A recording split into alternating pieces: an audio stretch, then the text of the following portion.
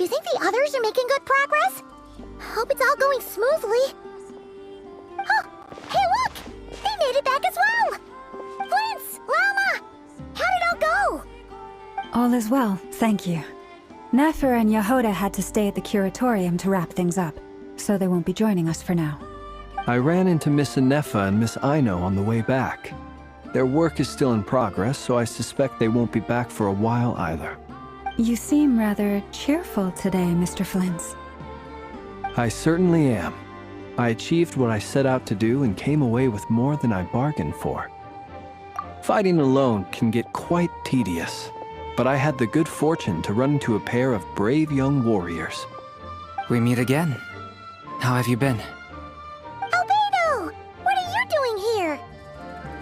Thankfully, tracking you down turned out to be a lot simpler than we envisaged. These two courageously lent me a hand while I was fighting the wild hunt. When they told me they were Sir Varka's colleagues, it all made sense. And given how people of outstanding talent tend to cross paths, it's no wonder you're already acquainted. So, who's your travel buddy, Albedo? Why don't you come and introduce yourself?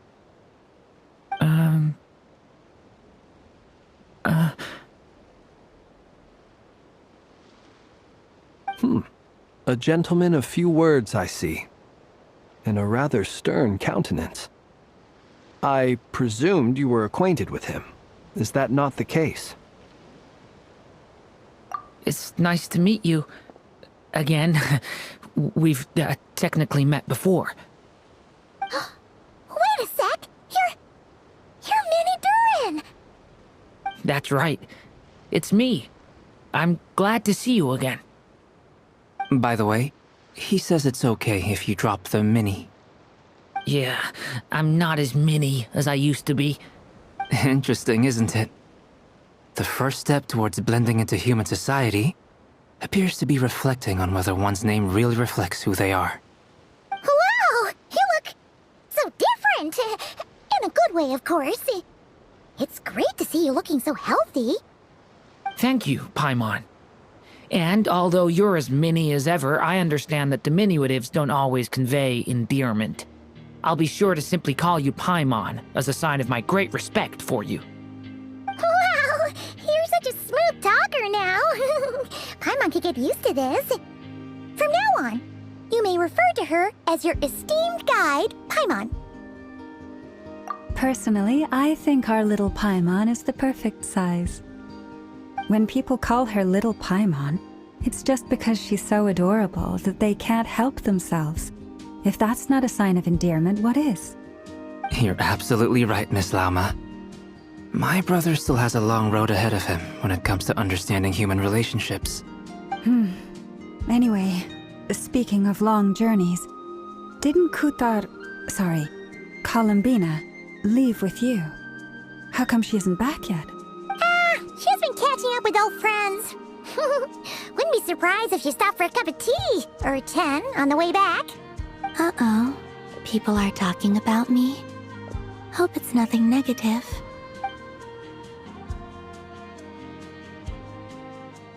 Judging from your expressions, I'm guessing it all went well? It's getting crowded here. I'll go grab some chairs. No need. This is a job for an alchemist. I'll whip some up momentarily. Thank you for your hospitality, ladies and gentlemen, but I was merely escorting my friends back. I'll be meeting Zendrone shortly, as we still have some things to discuss. It's been a pleasure, everyone. But this is where I'll say goodbye. We really appreciate your help. Oh, come on. Spare the formalities. I'm just glad I could help out some true friends. I understand. Well, bye for now, Harlequino. Oh, this place is hopping. It's probably a good thing one of us left. Otherwise, we might not fit all these people in. Are you saying we're about to run out of chairs? As a matter of fact, I am. Come on in and see for yourself.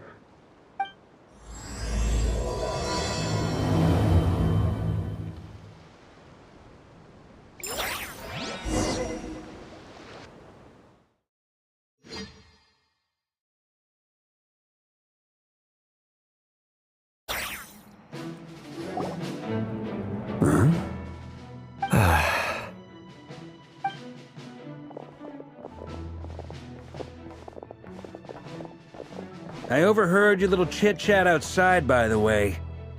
With Miss Columbina's colleague gone, we should be back to the original crew plus the other colleagues I brought in. Though, it looks like we have another new face. Someone else managed to rope in a colleague, too? Frankly, you and Paimon are the only people I know here. This here is Deansliff, colleague of Tibet's greatest guide, Paimon, and greatest adventurer, the Traveler. Well, not exactly colleagues, more sort of friends. When someone else jumps in to do the announcing, you know you're speaking to someone important. Let's hear what he has to say.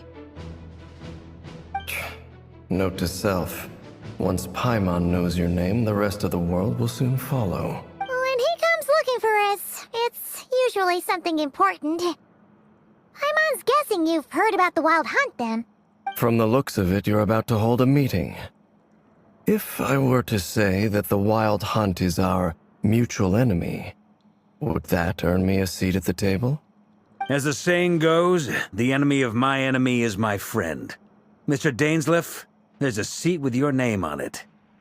Though, I can't promise the same for everyone else. Hey, Albedo, think you can rustle up a couple more chairs? After all this time apart, Grandmaster Varka's first order is to rustle up a couple more chairs. I've missed this. Is he being sarcastic? Hey, he's your brother. Why are you asking us? I've still got a lot to learn about the nuances of human conversation. Trying to decipher Albedo's way of speaking has been like jumping in at the deep end. Oh, good point. Paimon gets you now. Don't sweat it. There are people who go their whole lives without getting the hang of it. You're ahead of the game already. I wonder what's taking Nefer so long. Perhaps you should go and check in with her. If anyone can hurry her along, it's you. I just got back from the curatorium. Besides, aren't you curious to see what's taking her so long? Miss Nefer doesn't strike me as the type to share secrets. And since gathering intel is her specialty, I'm guessing she'd prefer to keep her methods confidential. Under such circumstances, would it not be tactless for me to impose?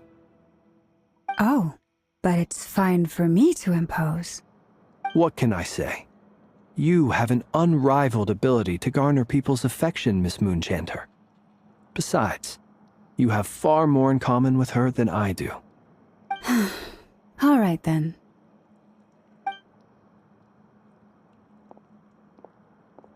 Impressive. She barely fought back at all. I admire your powers of persuasion, my friend. As I'm sure Miss Lauma will realize soon enough, the trick in life is to always pitch in with other people's responsibilities so that you can be selective with your own. Another trick is to simply hide in the background. Spoken like a true sage. Anyway, looks like we've got some time to kill before the meeting. Let's take a little breather, folks. And feel free to chat amongst yourselves. We'll get down to business once the other two arrive.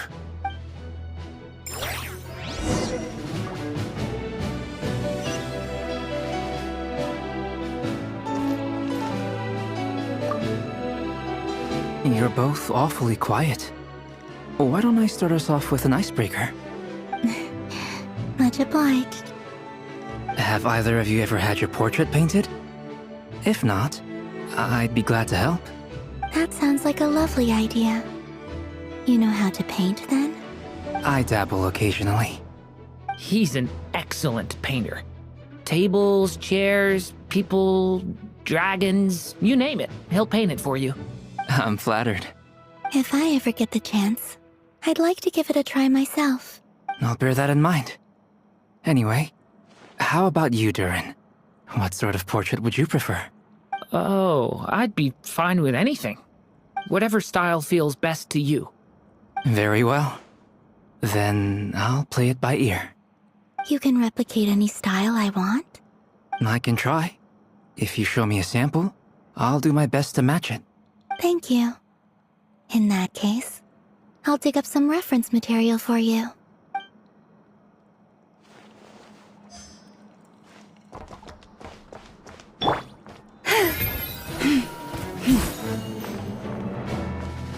Is there something you'd like to say to me? Yeah! For starters, why'd you just show up here without even giving us a heads up? If you think back to our previous interactions, you may recall that that's hardly out of character for me. You do have a point there. Oh yeah! You'll need to find somewhere to stay the night too, right? Want to tag along with us? You never know. We might get a group discount. Sure, let's do that. Great! Paimon will handle it! And in return, we can get Dainslift to be our very own personal bodyguard. If that's what you had in mind, you should have said so sooner. I'd be happy to help. Oh, okay then. Paimon was only kidding, but good to know. Anyway, since we're all here together, we might as well watch each other's backs. That's just what friends do, right? Indeed. Thank you.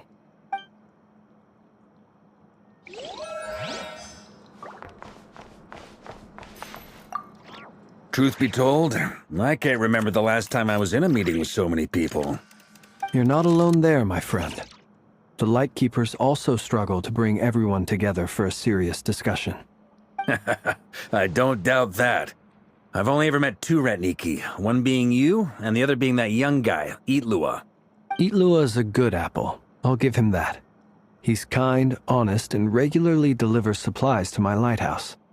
A true Ratnik to the core. In that sense, he puts me to shame. So you're what? A fake Ratnik? That's what it sounds like you're saying. But I get the feeling that's not quite what you meant. Come on, why the awkward silence? Sorry. I'm not even gonna bother trying to hide it.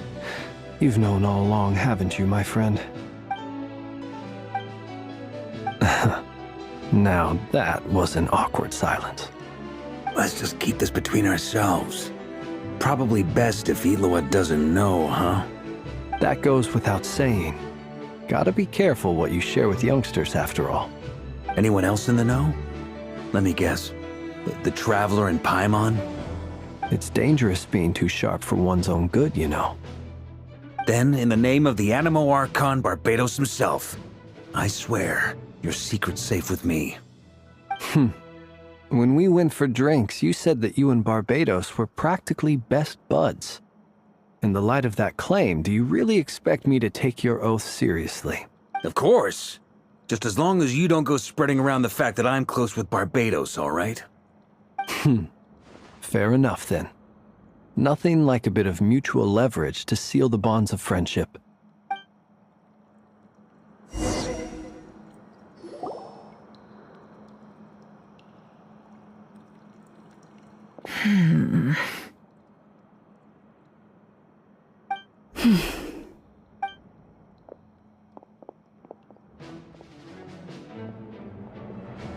Ah, Miss Nefer. You made it after all.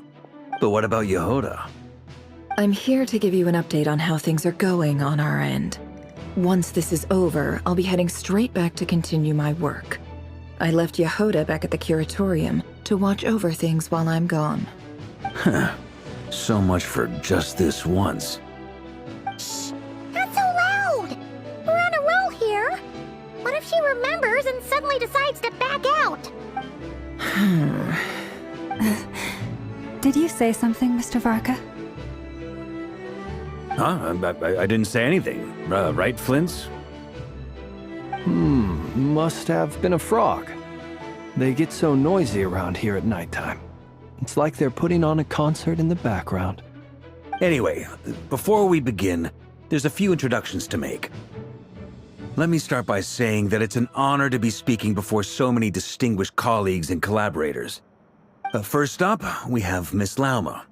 As Moon Chanter, she's the leader of the Frost Moon Scions, a local religious community in Nodcry. Then there's Miss Nefer, boss of the Curatorium of Secrets, an intel gatherer extraordinaire. Nefer is leading the investigation into Rarer's background, assisted by Yehoda and Lauma. From the little I've heard, they're making some great progress. Over here, we have Mr. Flintz, a Ratnik and guardian of the abandoned lighthouse. In our last operation, he courageously distracted the Wild Hunt to buy time for the rest of us. For those of you who've never met, this is Mr. Albedo, a renowned alchemist and captain of the Knights of Favonius investigation team. By his side is a new face for us all, myself included, Mr. Durin, who has come to lend his aid. Next up, we have the Moon Maiden and former Fatui Harbinger, Miss Columbina. Then we have the Traveler, who's earned more titles than I could possibly hope to list out, so I'll spare you the rundown. And Paimon, the ultimate travel companion and quite possibly the best guide in all of Tevat. Whoa! That's a lot of people! Great turnout! Miss Nefer, it looks like you might have another job coming your way, so, congratulations on the booming business, I guess. You think I haven't got enough on my hands as it is? Who's looking for me now? That would be me, Miss Nefer. I have a commission for you. And you are? Who I am doesn't matter right now. What does matter is that I'd like you to gather more intelligence about the Recher of Solnari. Well, it's not as if we never take on anonymous commissions. But in your case, I'll have to decline. I'm gonna take a wild guess and say your job's probably more hassle than it's worth. Something about you seems like bad news. It's my eyes, isn't it? Conrian, I assume. And what's with the mask? Are you trying to hide your identity? In any case, the fact that you're even still alive raises an awful lot of questions for me. My name is Dainsleif. And yes, I am from Conria.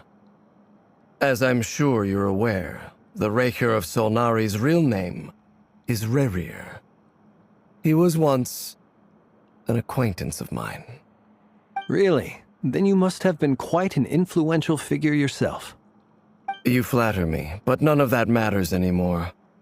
My point was simply to clarify why I have asked Miss Nefer to investigate Rerir's background. So you're both from Conria, and it sounds like you used to be friends? What am I missing here? Surely you already know how he became one of the Five Sinners. I'll tell you everything I know. The history of Conria, the names and identities of the Five Sinners. I remember it all like it was yesterday. I have never spoken openly of this before, but the truth was exactly as people say.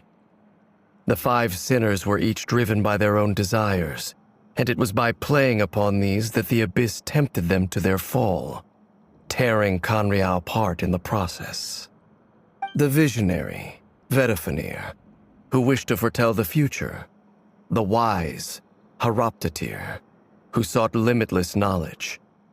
Gold, Rhindaughter, who desired to create life. The foul, Surtologi, who pursued supreme strength. And last, but not least, Recher of Solnari, Rerir, Ravager of the Moon. Of the five, Rerir is the only one who remains a mystery to me. He never harbored grand ambitions, so what changed in the space of a single night? How did he come to fall like the others? In other words, you're saying that his change came as a shock to you, and you have no idea what actually happened? That's right. You mentioned how the Abyss tempted them, which led to their fall. But what did that look like in practice? And what other context can you give me about the events of that time? The more detail you can give me, the better.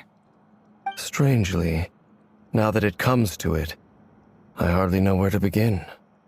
The fateful night took place during the era of the Eclipse Dynasty. One day, my elder brother, the visionary, Vedifenir, was summoned to the palace by the Vinster King, only for the king to gouge out his eyes and cast him into the dungeons. When I came to hear of this, my fury knew no bounds. I gathered together every ally I thought I had, and together, we set a knight to storm the palace and free Ved. Centuries on, the memories of that night still haunt me like a never-ending nightmare. We broke through the palace gates, just like we had planned, each striking towards our separate targets. But then, I was betrayed. Even Vedafenir, the very person I had come to rescue, abandoned me and partook of the Abyss's power. So, it's personal after all. Then tell me, Mr. Dainsleif, what price are you willing to pay? You, of all people, must know that nothing comes for free.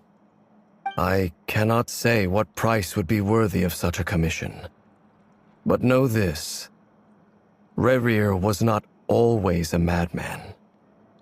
Believe it or not, there was a time when he was just an ordinary man, working for the Conrian Intelligence Service.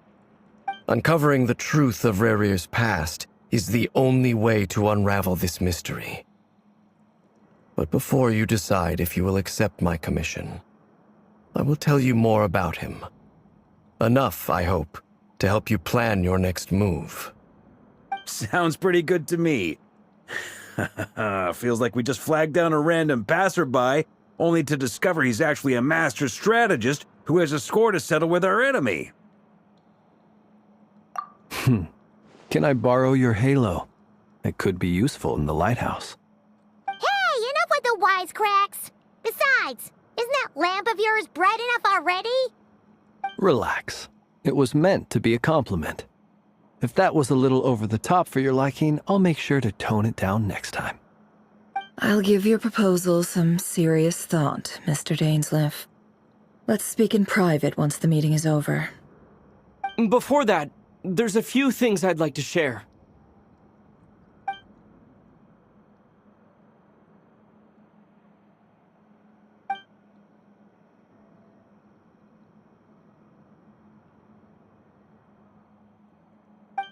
Now that we've united the hearts of the three moons, your power should be greatly enhanced.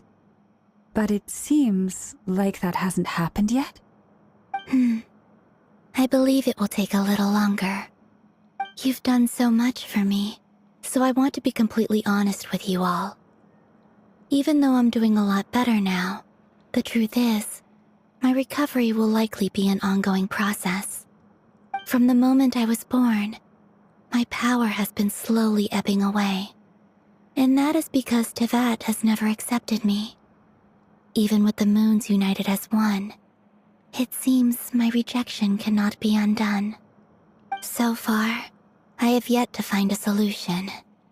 It may turn out to be a problem that will plague me until the day I finally leave this place behind. Even so, I will do everything in my power to help you drive out the Reihir of Solnari. As Arlecchino put it, this is not about chasing the spoils of victory. It's just a gesture of heartfelt gratitude. Kutar.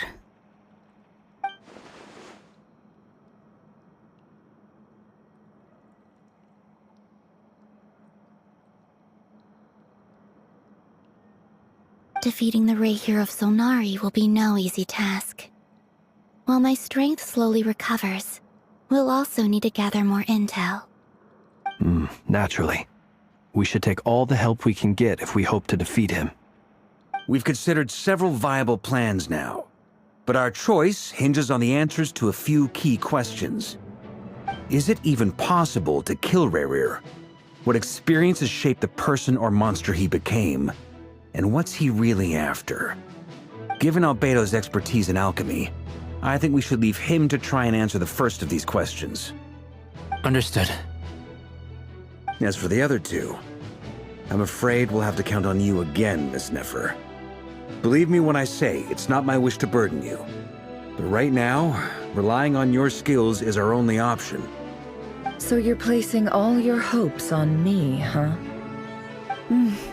We can't thank you enough for agreeing to help us. Honestly, I can hardly believe how lucky we are. You sure have a talent for changing your tune, Miss Moonchanter. Timid like Yehoda one moment, then flinches insincere flattery the next. Ladies, please. I must object to your portrayal of me. That's all. Feel free to keep bickering. Just pretend I'm not here. I almost don't want to leave this room. I'm curious to see how this plays out. I have faith in you, Miss Nefer. Something tells me you'll stand by us until the very end. Oh? And what makes you so sure of that? What if I suddenly decide that my compensation is insufficient? This isn't about the money.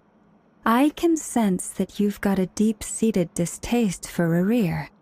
And knowing you, that alone is motive enough. Look at them getting along so well. Like two peas in a pod. And I'm the one they accuse of insincere flattery. There is no justice. Miss Lauma, you have to understand something. Unlike you, I don't actually enjoy having everyone's hopes on my shoulders. Is that right?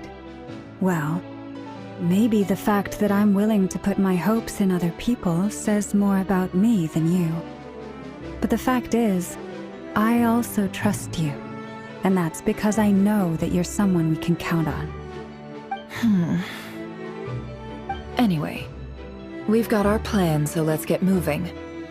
Mr. Dainsleif, let's talk. And Traveler, once we're finished, if you've nothing else planned, I'd like you to come with me. This whole experience is teaching me a lot. For instance, I now know that when other issues come up in the future, I'll have far more luck getting Lauma to convince Miss Nefer than trying to do it myself. Hate to say it, friend, but that's one of the funniest things I've heard in a while. Why? You think I've got it wrong? Quite the opposite. But what makes it so hilarious is how long it's taken you to realize.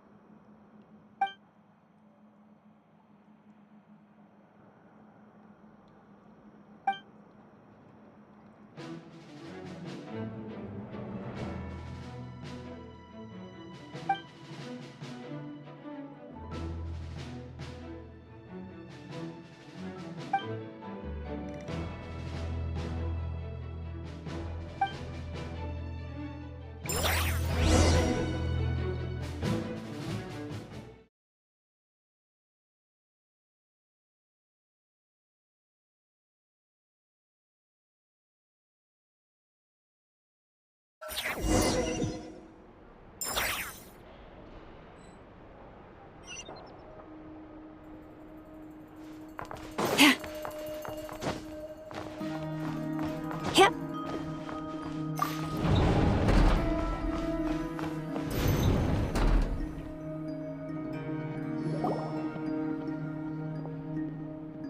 Thank you for waiting.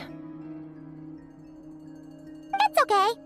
We actually used the time to help Dainsleif get a room at the hotel. That's very considerate of you. Now, I trust you share my curiosity about Rerir's past, and you seem fairly familiar with Mr. Dainsleif already. We spoke at some length after the meeting. He was the one who suggested I should invite you to join this operation. He feels confident that these secrets will be safe with you. Dane has a lot of faith in us, that's for sure. Likewise. I appreciate that you got right on board without interrogating me about why I invited you. It shows that you trust me to explain everything in due course. That's because we know what you're capable of. We appreciate you too, Nefer. You might have been forced to help in the beginning, but this time, it was your choice. That's one way to put it. Another is this, that once a decision's been made, it's set in stone. After that, my only goal is to see it through. Alright, so here's how it is. I'm going to access Rerir's thoughts again using my confidential method. Now, I'm sure you've seen things like this before on your travels, so you're surely well aware of how dangerous it can be. The reason I've gathered you all here is to ensure my safety during the proceedings. I plan for us to enter the fragment of his consciousness together, and once inside, I will focus on searching for information. Think of this as a diving expedition into someone's brain. If I'm the diver, you are my safety equipment, tasked with keeping me alive while I'm under the surface. Once the ceremony begins, we will all be spying on privileged information. But in the interests of safety, you must remain absolutely silent at all times. We will discuss our observations after the ceremony has concluded. Lastly, any individuals of a weaker constitution are advised not to partake in the ceremony. In any case, Paimon has her own job to do, which requires staying in the room but not joining the ceremony.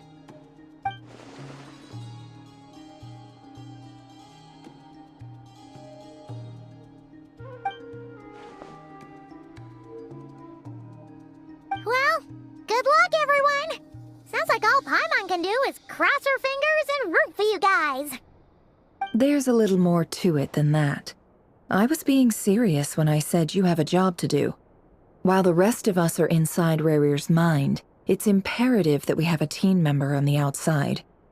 In the event that something goes wrong, you will be our first responder. I don't anticipate any issues, but the extra level of safety will be greatly appreciated. I second that. This is a dangerous operation here, and you're our whole rescue team. That's pretty much the most important job in the crew. So, Paimon's like the lifeguard? Yeah, that makes sense. Alright, got it. Good. Please, take a seat. We'll get started momentarily.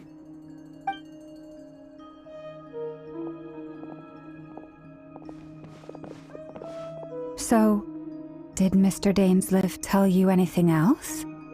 He told me that he believes Rarir kept some big secrets in his life. He's not sure that they were the cause of his eventual downfall, but he's asked me to uncover what those secrets were all the same.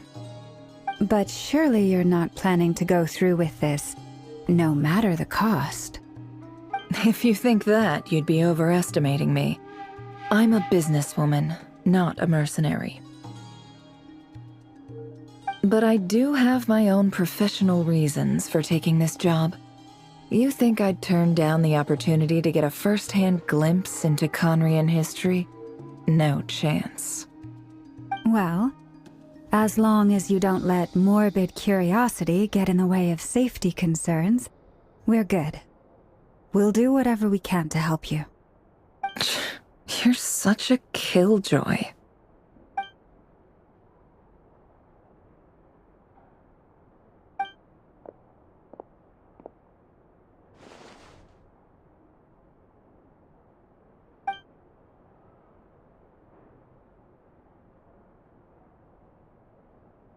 All right, I'm good to go.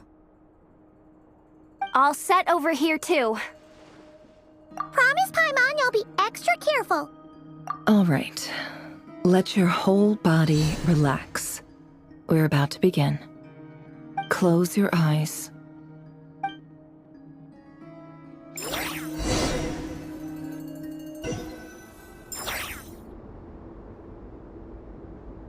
Phew. Could this be his office? Pretty standard setup. Bookshelves, paperwork, files. According to Dainsleif, Rarir used to be an intelligence operative. Chances are there's plenty of top-secret intel stashed away in this room.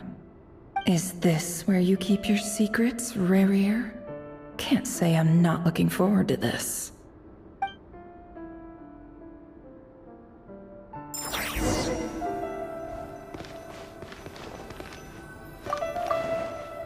He looks even gloomier than last time. I wonder what's changed.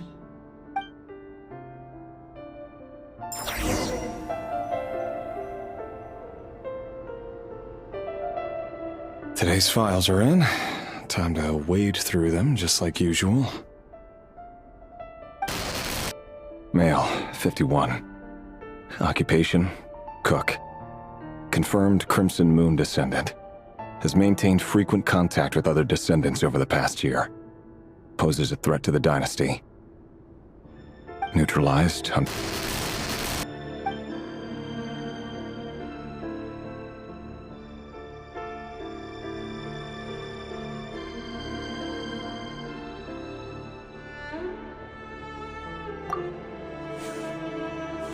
This one should be archived under purged targets.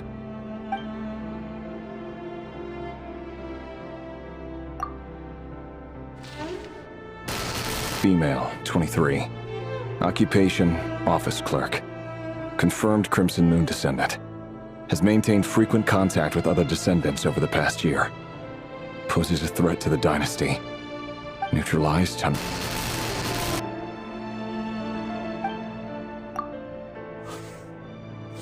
Another one for purged targets.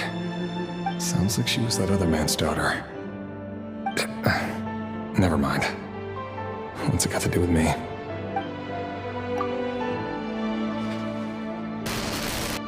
Male, 40. Occupation, teacher. Confirmed Crimson Moon descendant. Has been observed making contact with other descendants during the past year. Poses a threat to the dynasty. Neutralized on... Just another nobody for the archive. Come to think of it, I remember surveilling this man. A case like his never would have been considered a priority in the past. Huh. He barely even interacted with other Crimson Moon descendants.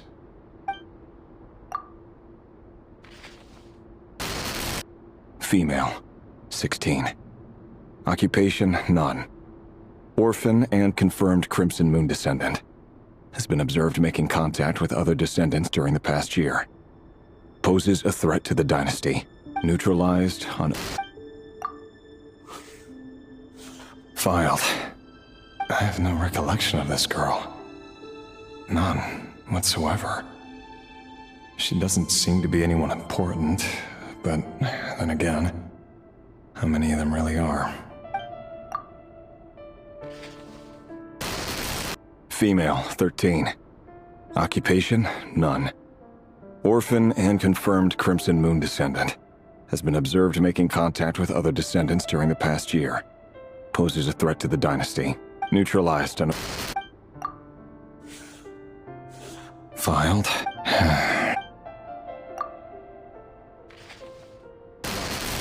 Male, 11. Occupation, none. Orphan and confirmed Crimson Moon descendant. Has not been observed making any contact with other descendants during the past year. Poses a threat to the dynasty. Neutralized on...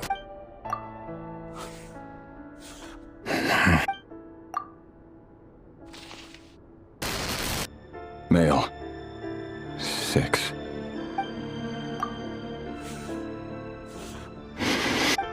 It's funny, isn't it? Your job is becoming both harder and easier at the same time, depending on how you look at it. Sooner or later, the Crimson Moon descendants will be completely wiped out. But as their numbers dwindle, they become harder and harder to track down. That's not how it is. Fortunately, however, most of the able-bodied adults have already been taken care of. The remaining weaklings will be increasingly easy to deal with. No! No. My job is to ensure the survival of the Eclipse Dynasty. And the only way to do that is by eliminating any and all potential threats. It's a perfectly legitimate line of work. Every single one of my colleagues can attest to my fairness.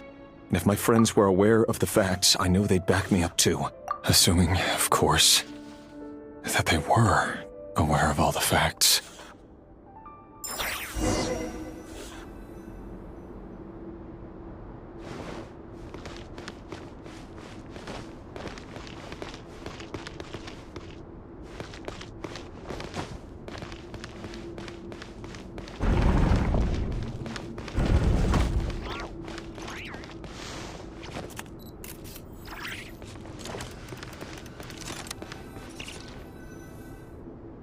Mr. Vedifalnir? It's been quite some time since we last met. Rerir, I trust you're here because you have something important to discuss. Forgive me. I wasn't tuning out, it's just, I noticed you didn't even phrase that as a question. As if you knew I was coming. Tell me, does someone in your position ever feel the need to ask questions at all? It is indeed within my power to foresee certain things. Things like your arrival. I was just thinking. It won't be long before I'll be inviting both you and Dane to my wedding. That isn't a lie, but nor is it a fact as such. It's a wish, isn't it? No fooling a prophet, is there? Ever since that day we met for drinks, I knew it was only a matter of time before you came looking for me. Does it feel good? Knowing how the future will unfold. I'm afraid the notions of good and bad fail to capture the complexity of what such a power entails. Once you've seen what will come to pass, it can be all too easy to succumb to fear and melancholy. Unless, of course, you learn to abandon these feelings. You fear my silence, and long to hear the words I left unspoken that day. That's right. You must have noticed my reluctance to broach the subject, and the reason is simple. Because the truth could never have lived up to your hopes. For both our sakes, such words are better left unsaid. The burden of prophecy was never meant for your shoulders. So who exactly do you deem worthy to hear your prophecies? None but our exalted king? Or rather, our king as he once was. You're closer to his majesty than I am. You must know better than anyone how much he's changed. You say that as though it is to my benefit. Yet precisely because of that, I dare not speak rashly. A king can turn out to be the most virtuous of rulers, or a tyrant more terrible than the most vicious of dragons. You are so wise and far-sighted, yet still you would have me live in fear of the unknown? You make a fair point. Especially given my silence alone was all it took to send you spiraling downwards. Very well then. Let me offer you some advice. And I say this not as a prophet or a visionary, but simply as the brother of your friend. For many reasons, there is very little chance of your marriage ending in happiness. If happiness is what you seek, you should find another fiancé.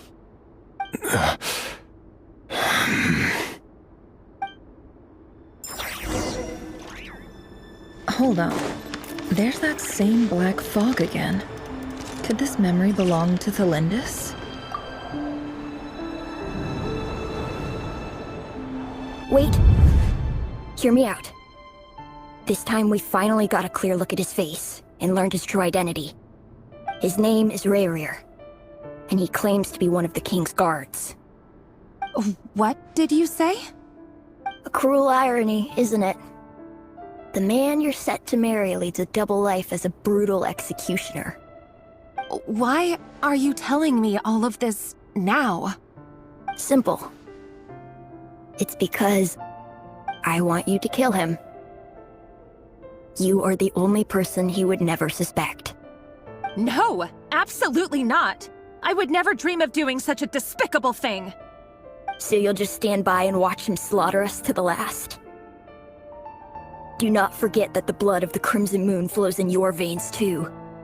The blood of the Crimson Moon? What does that matter now? The dynasty has long been dead and gone.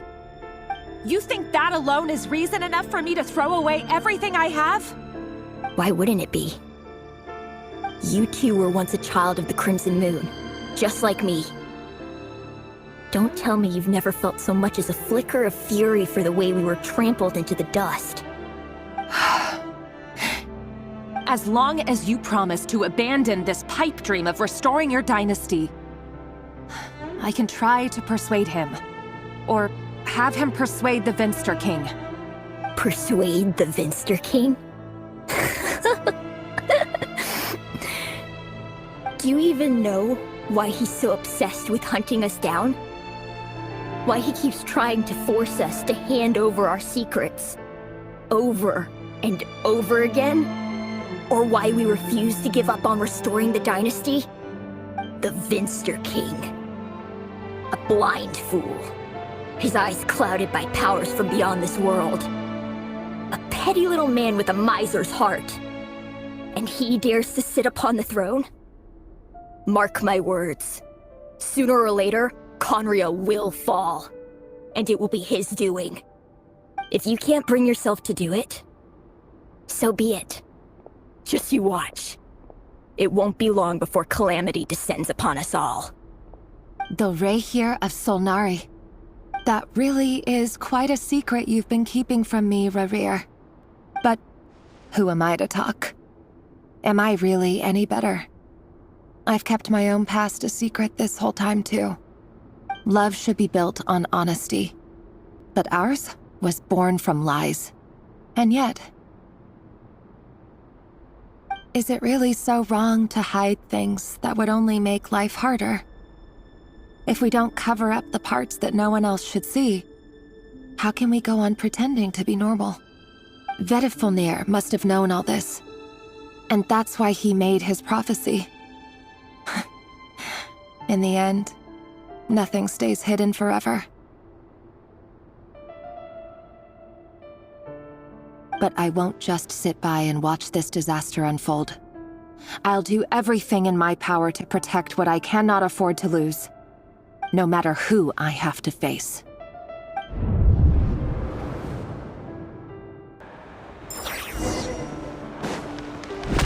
Huh? Was that Rerir who just walked past the window? Doesn't it give you the chills that he still takes the same road to work every day, as if nothing ever happened? Those people at the deli. Enough already. They're clearly pretty taken by their own disguises, so just smile and play along.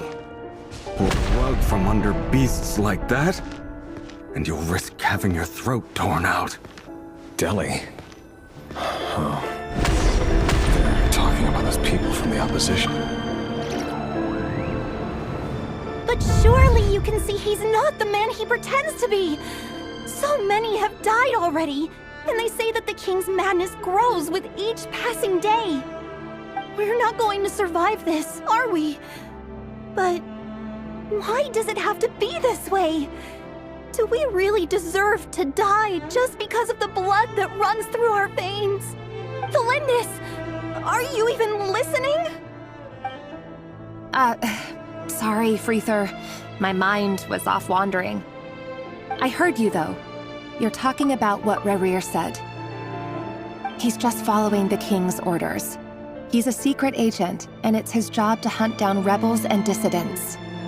By the time you first met him, he'd already taken lives. Maybe he was using you from the very beginning. No. Rerir has no idea I have anything to do with the Crimson Moon. My family are only distant relatives of the main lineage, and besides, my eyes are perfectly ordinary. Truth be told, apart from my teacher, pretty much no one knows I have any connection to any of it. It's been a long time since my family severed ties. But as Orlog said, who could possibly talk sense into that raving lunatic of a king? No one. I'll work something out. Trust me, I'm with you all. But for now, you need to keep yourselves hidden. Don't let anyone find you, anyone at all. Don't forget that Rerir is an Eclipse operative. You need to be extra careful when he's around. And when I am too. For now, don't come looking for me. And if anything happens to me, just act like we've never met. If even you can't escape this, what hope do the rest of us have? But after all this time together, surely he wouldn't lay a hand on you. I won't speak in his defense, nor can I give you a clear answer to that question. But I'll do everything I can to put an end to this. Here, hold on to this. If an opportunity to escape presents itself, take it. You'll be glad you took some spare change. You call that change? But what about you? I've got a job, and there's still money coming in. But you can't go anywhere right now. Please think about yourself for once.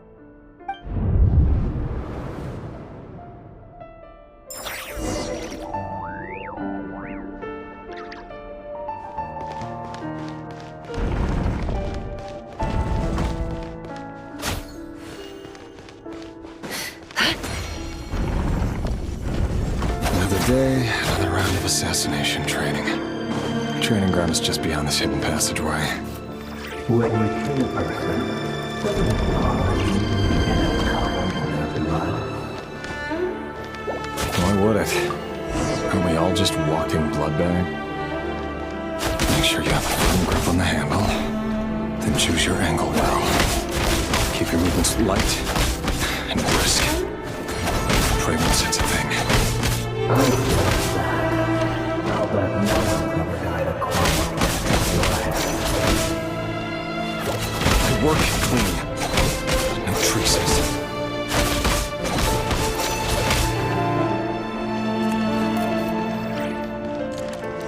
That doesn't make it open. The king is trying to meet you right now.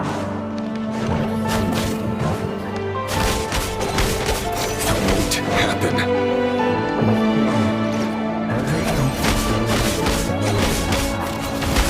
In the beginning, we only had to take out a handful of The ones I dealt with have always been guilty, and I've carried out my work flawlessly.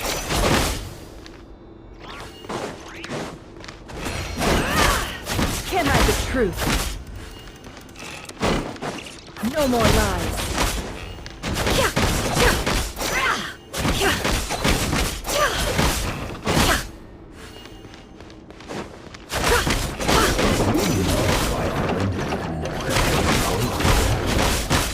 Was it because he didn't trust you?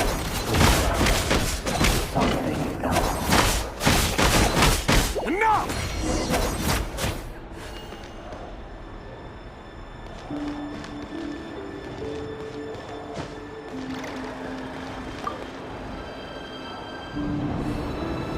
Delindis, do you still remember Orlog? Orlog.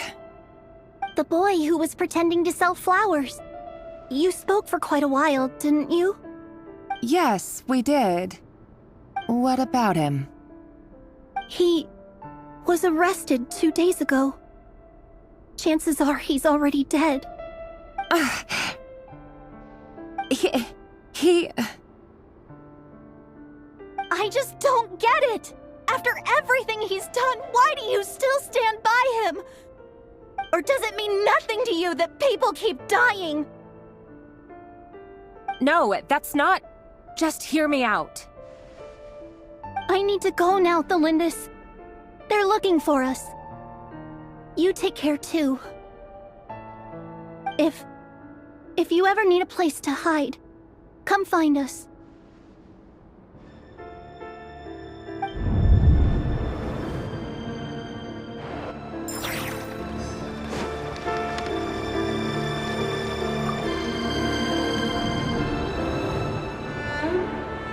Author, Thelindis.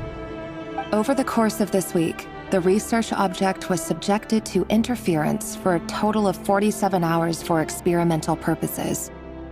The results are as follows. All subjects of observation that were sent inside have now... The situation within is proving more problematic than anticipated. No progress whatsoever. What now?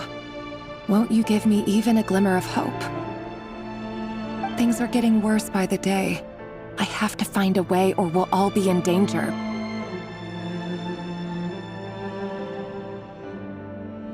But I...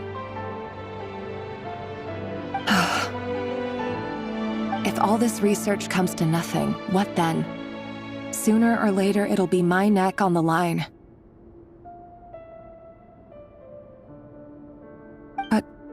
Could he really bring himself to kill me? No. Surely he wouldn't have the heart.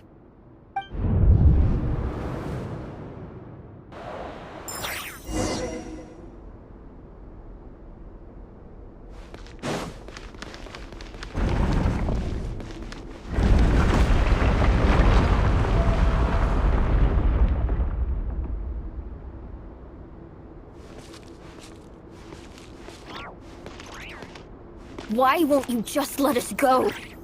We don't even know each other. All we want is to live ordinary, peaceful lives. You want to live?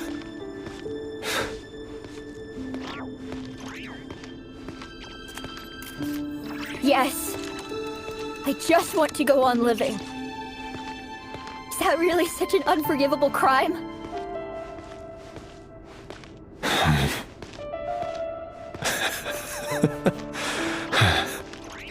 You want to go on living. I want to keep living too. To keep living forever. That's why I have no choice but to continue on the path I'm on. If only some savior would suddenly swoop down and change the way the world is. Too bad that's not going to happen. Imagine that. If there really were such a person, you and I wouldn't be standing here like this. Would we?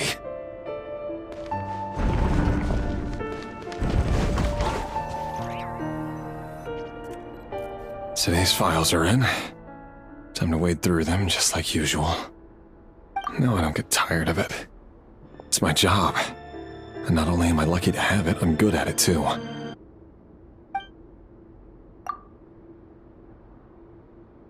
Huh. Wait. That's... Thalindis? No. No! No! Why? But you bear no mark of the Crimson Moon. How could you possibly have anything to do with them? It cannot be! A diluted bloodline. Carefully concealed. I see it now. You've been living in the shadows just like me. What a fool I've been. Numbing myself with talk of justice. Even imagining my friends would back me up. But in the end, Irminsul.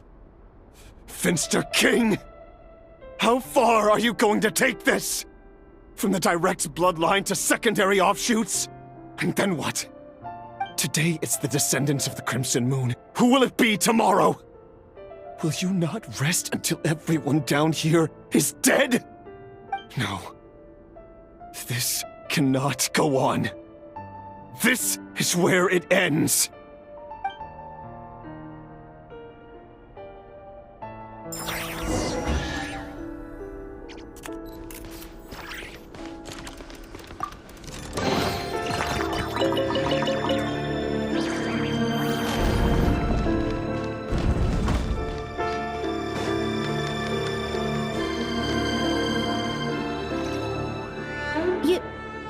You're really letting me go?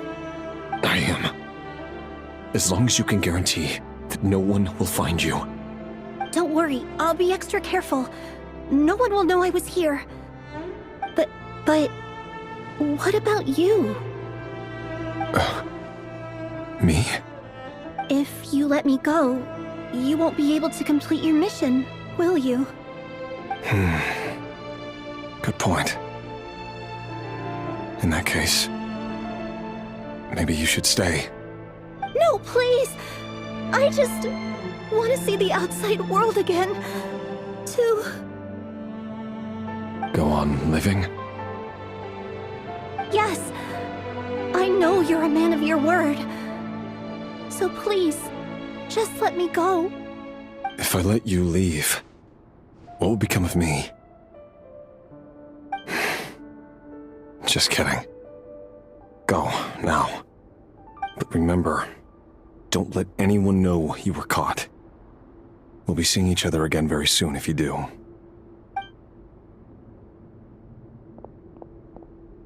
Even shadows in the dark must live by a code. But you can't save everyone. You've been whispering in my ear for days now, Vedafilnir. What are you trying to do? Break me down? I only say this because you long for an answer to your problems. Let her go, Rerir, or you risk losing everything. I will not abandon Thalindis. Then you'll need a little more vigilance and a lot more power. The world is changing, Rerir. Keep your eyes peeled for your moment of opportunity. That voice used to be so unclear. But now I know exactly whose it is. It's Vedafilnir. He won't tell me how to actually resolve any of this, but he keeps trying to manipulate me like a puppet. What's his game here? Tell me then. What will this moment of opportunity look like? And no answer. He's like a ghost. Always disturbing me when I'm on edge, but never answering when I need him most. So, the Eclipse Dynasty was purging, well, massacring the descendants of the Crimson Moon. And it seems like it was all connected to the Vinster King's research. The King's obsession with abyssal power left the future of Conria hanging in the balance. No wonder every aspect of Rerir's life was so unstable. And it looks like this Thalindis, Rerir's would-be fiancée, herself belonged to a sub-branch of the Crimson Moon Dynasty's descendants. It almost defies belief that a couple like them could hide the truth from each other for so long. If the Vinster King hadn't intervened in such a drastic way, they might have gone on deceiving each other for the rest of their lives. And why does Vedafilnir, Daneslif's older brother, keep talking in Rerir's head? This guy kept more secrets than I ever imagined. The human mind is like a vast desert of shifting sands. When you follow the flow of someone's memories, you only ever see the parts they're willing to let surface. Time for something a bit more creative.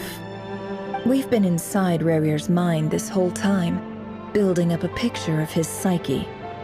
There's already enough clues on the board to start reading between the lines and mapping out the rest.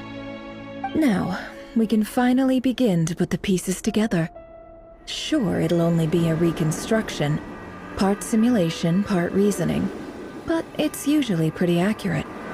Once we've built up a cognitive profile, we just need to cross-check the logic behind his actions.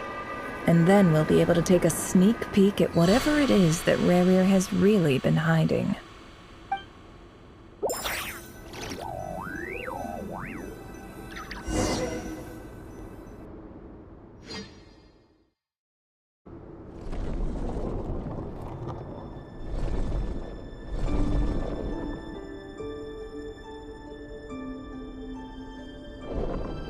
Rerir, are you there?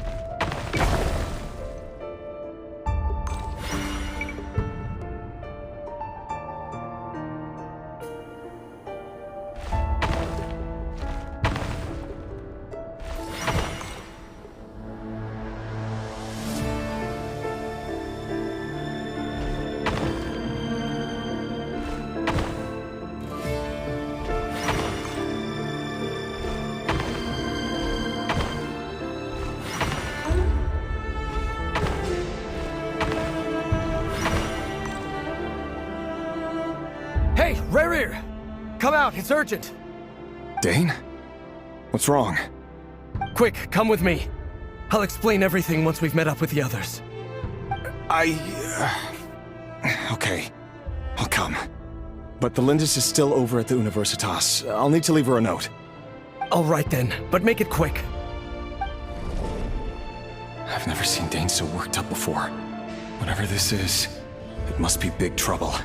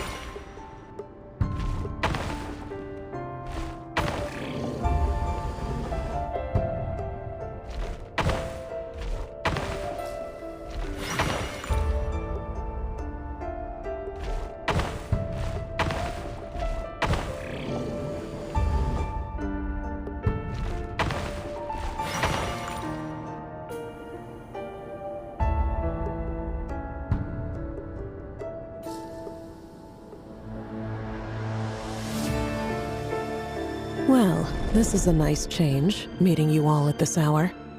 When men and women of ambition can speak face to face in broad daylight, I say that's a big step forward for our dear Conria. Don't be ridiculous. We do not fear the day. Why would we seek refuge in the night? You might ask your blade that same question. I'm told it prefers the cover of darkness. The word on the street is that Sir Elegy only strikes when he has an unfair advantage. But that is patently false. I see you're missing an arm and a leg. Surely only a fair fight could explain that.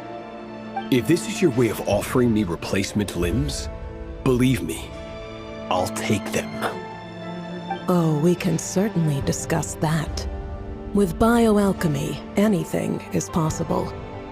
Assuming I have your full support in my research. Lunatic. Robtatir, what brings you here?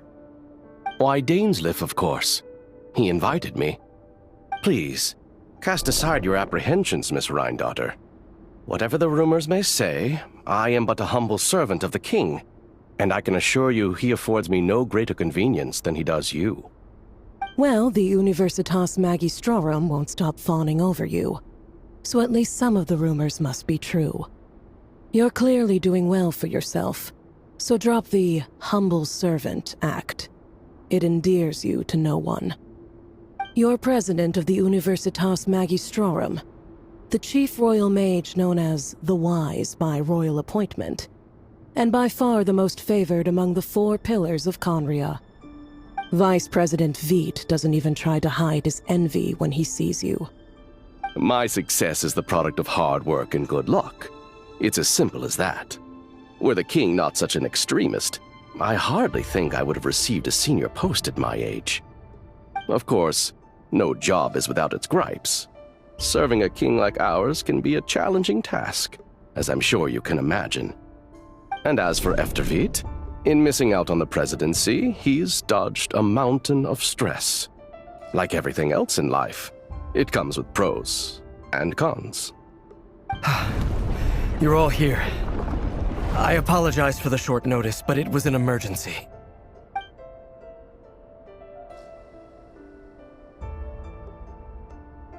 You must be Rurir. Mr. Sertologi. Yes, I handled your case file during your sentencing. Nothing personal, of course. I'm pleasantly surprised that you remember me. You're clearly a person of substance if you've been invited here. But Dainsleif, you'd better have a very good reason for convening this little gathering. It's my brother, Vedafenir. After he spoke at the court this morning, the king was so infuriated by his words that he had him blinded in both eyes and thrown in prison. Vedafenir in prison? Strange. I thought the king trusted him and Horoptatyr more than anyone else in the world. Does this mean the king's circle of trust just got even smaller? It has nothing to do with trust.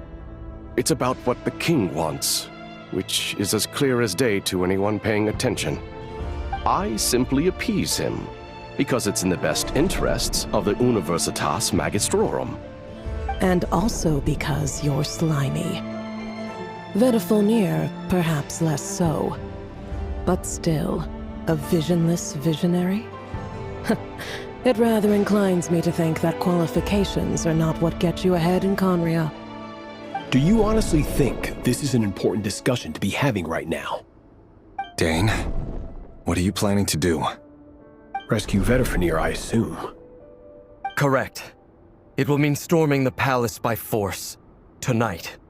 I need all of you on my side. That's far too dangerous. And don't forget, Dainsleif, you're captain of the Royal Guard. You swore an oath to the throne. Hmm? You've been planning this for a while, haven't you? I have no desire to commit treason. But whatever critique the king may have of Vedafenir, disfiguring your most loyal subject for putting the best interests of his court and nation first, this is not the conduct of a wise ruler. My blade will force the king to see the error of his ways. So, Vedafenir's prophecy enraged the king. I'm sure it wasn't what he wanted to hear, but if he won't take counsel even from the visionary, that is deeply troubling news. The extent of His Majesty's madness is now all too clear. The question is, how does a man like me get out of this situation unscathed? You have noble ambitions, Dane, but I'm afraid they don't do much for a guy like me. I'm not interested in saving the world. All I want is a letter of pardon. A letter of pardon?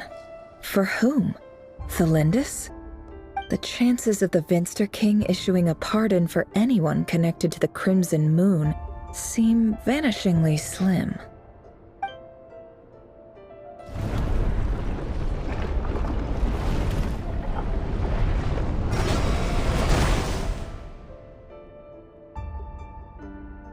This black fog over the board must have some connection to Thelindis. But why is it taking this form? Does it have something to do with Rurir's past? Another mystery I'll need to unravel.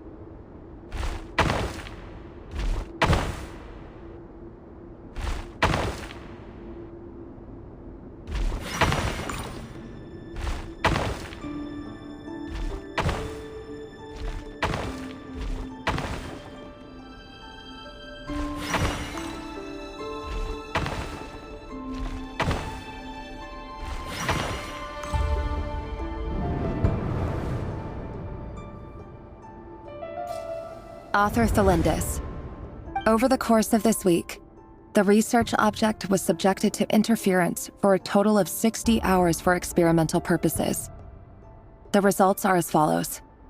Research dating back to the Crimson Moon Dynasty has established 2 points regarding moon marrow. Firstly, its origins have something to do with a god's power.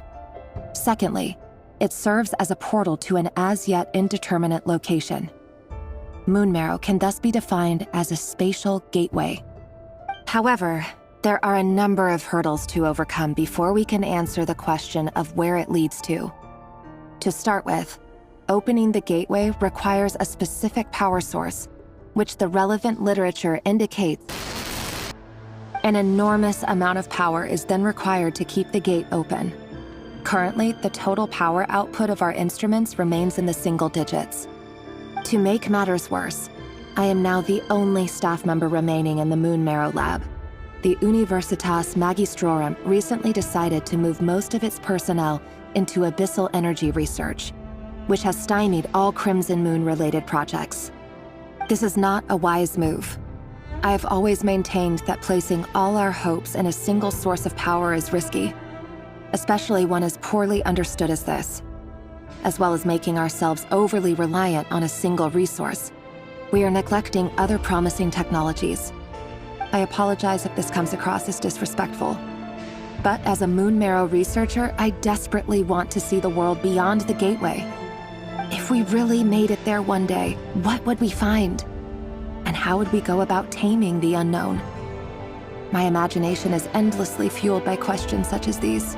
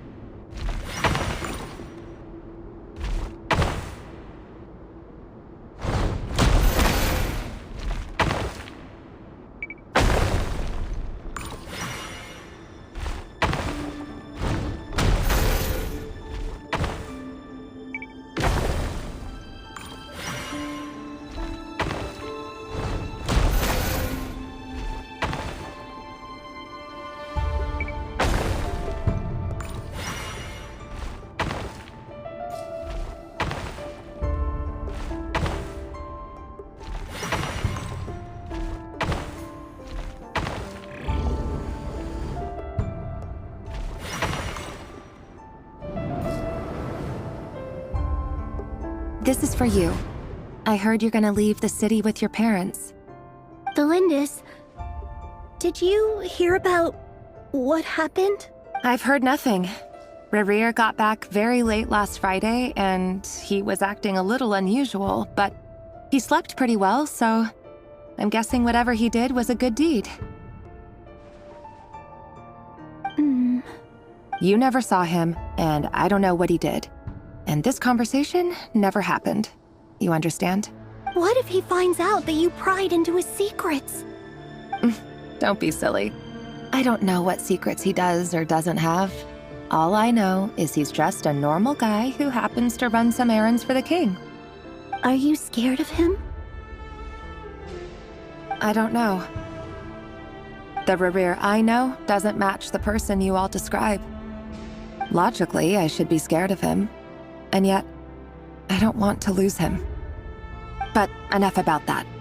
You should get going, and be careful with the package I gave you. Keep it secret. Keep it safe. What's in it? A piece of the moon.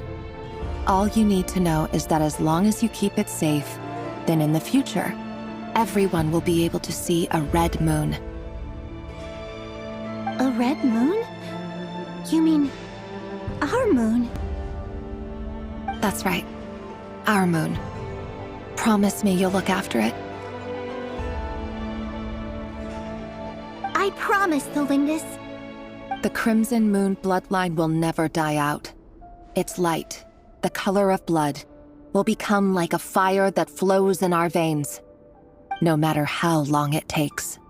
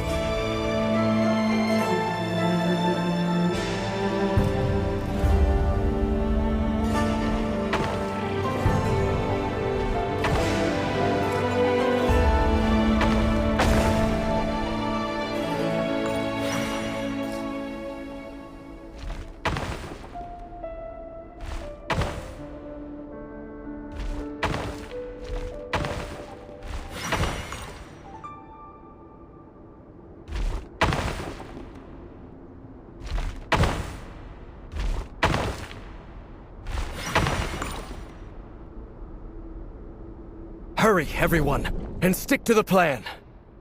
Sir Dainsleif, what are you? Is this treason? You know what happens to those who betray the throne. Please, don't do this!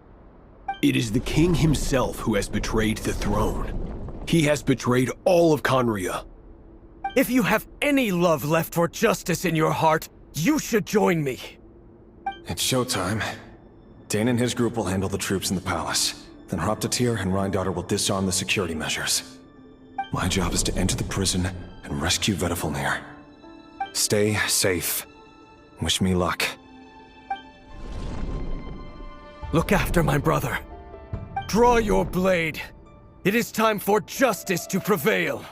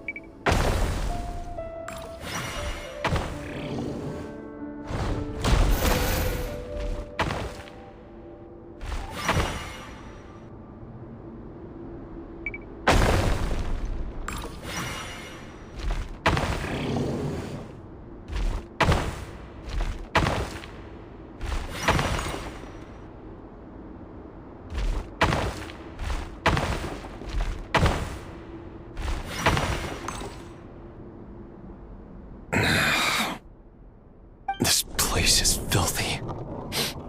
And the smell is abominable. Clearly, the king doesn't allow his prisoners a single shred of dignity. This is dire. Found you. Hello, Mr. Vedafulnir. Ah, it's you. Surprised? Oh, wait. I guess surprise isn't an emotion that prophets feel very often. I certainly felt some surprise in the moment when I was blinded. Surprise at the king's sheer ignorance. Surprise at just how unfairly this world responds to words of earnest remonstration. I'm curious. What did you prophesize this time? It wasn't a prophecy. It was a word of warning. Someone had to say it. The king has forsaken all reason in pursuit of his obsessions. I simply told him that if he continues on this path, Khaenri'ah will surely fall. But he didn't listen. Worse still, he stabbed you in both eyes and locked you away. Dane asked for my help. The court is in complete chaos now, but I'm sure you predicted that. Everything is transpiring as I foresaw, yet I am powerless to change it. Fate is an immutable force. I can but lament as the inevitable unfolds. I do wonder whether giving a man the power to see the future is nothing more for him than slowly crush his spirit. Forgive my curtness, Vedafulnir, but the king did not suddenly turn on you today. His suspicions have been brewing for a long time. You can't have wisdom beyond the reach of your fellow man without attracting his fear and suspicion. There are things the king does not want to see. So, he doesn't want you having visions of them either.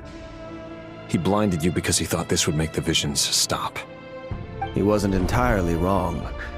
I did indeed lose my power to see the future. Right up until... Until what? Just now. I believe I saw something new. Well, tonight could go a lot of different ways. 5 of us banded together to storm the palace, also we could rescue you. This will go down as the most tumultuous day in Khaenri'ah history. I sense hatred in you.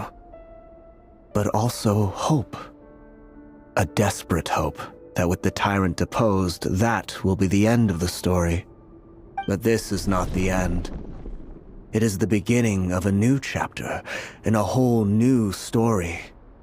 There are many men of honor and courage in this world, Rerir. But you are not one of them. You're not here for justice, are you? You're here for yourself. Is that a dagger? Interesting. Why not the polearm? It was always your weapon of choice. With your abilities, I don't doubt that you were able to recover some of your sight. But I also doubt that you want to make an enemy of me right now. Of course not. We're on the same side, aren't we? We could be. But I need you to be honest with me, Vedafulnir. At this point, you're my only hope for the future. You mean your future? With your beloved, Felindus? Yes. And I know there are bigger things at stake here. A dynasty, a nation, maybe the entire world. But forgive me, I care first and foremost about myself. I can't abandon the one I love to save myself. I just can't do it. But you see a broader picture of the future than I. You see the solutions to the biggest problems of our age. So tell me, what is my solution? What's the answer? In matters of fate, answers are either right or wrong. What will be and what will not. Maybe you are willing to pay a certain price in the pursuit of happiness, but unfortunately, fate does not negotiate. That is the cruelest thing about fate. It is unmoved by your sacrifices. That can't be true. I know it's your voice that I keep hearing in my head, urging me to see how the world is changing, to seek more power, so I can protect the things I love. You show me disaster, but you won't show me how to avoid it? Why? Why are you doing all this? My voice. In your head.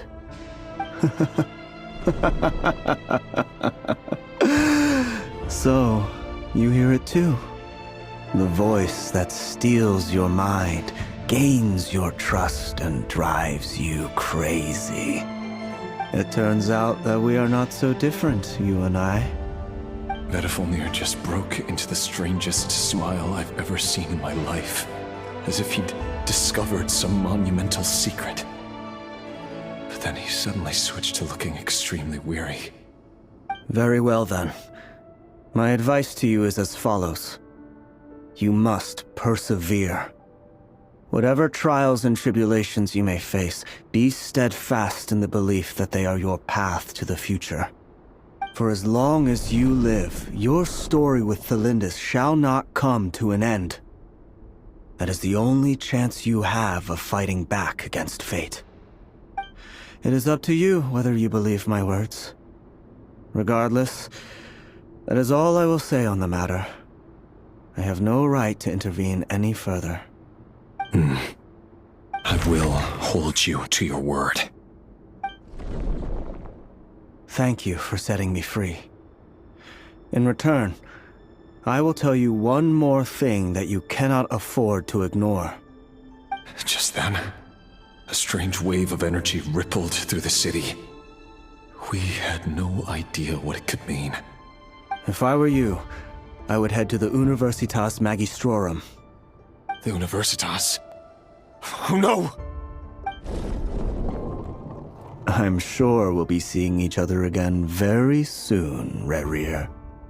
Whatever Vedifalnir said, I didn't catch it. I didn't even help him out of the prison. There was no time to lose.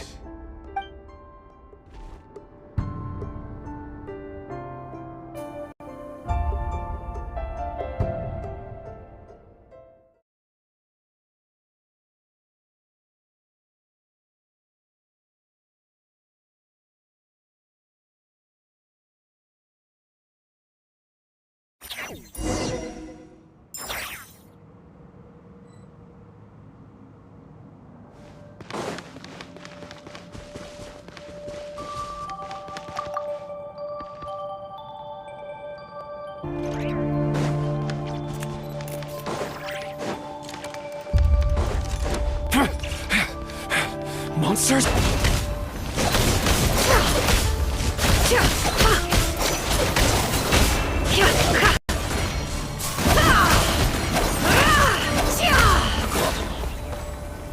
It all adds up.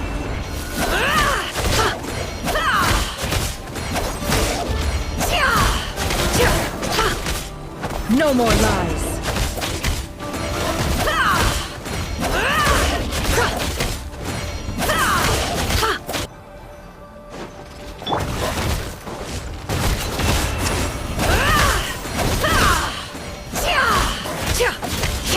It all adds up. The riddle remains unsolved. Witness my rise.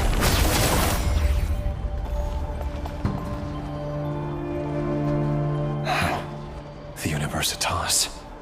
That reminds me of a rumor I once heard. Allegedly, the king installed secret mechanisms in the palace and around the city. No one knows where they are or what kind of power they hold. But if they were ever going to activate, it would probably be on a night like tonight. Help! Help! Hold on! Don't let them anywhere near you! Save me! I can't! Ah! That sounded like an explosion. So, the rumor is true? The king really went through with it? What other means does the king have at his disposal? They must run on power from the Abyss. And given it's a major center of Abyss research, anyone over at the Universitas will be in grave danger. I have to hurry!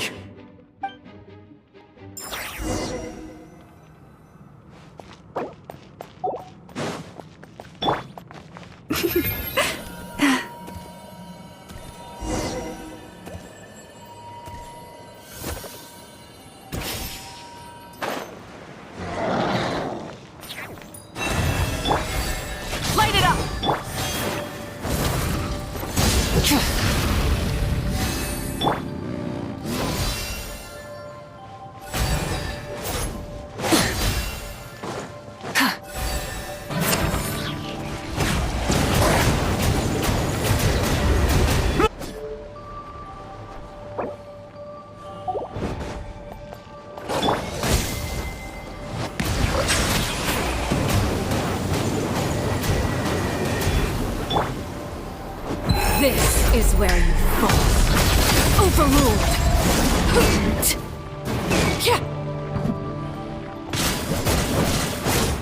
Be sanctified. Settle down.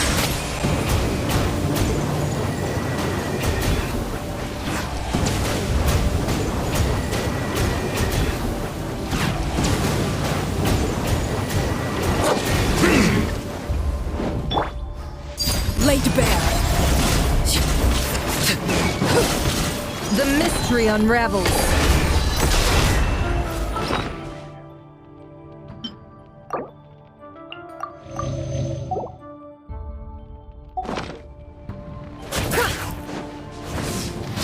No more lies.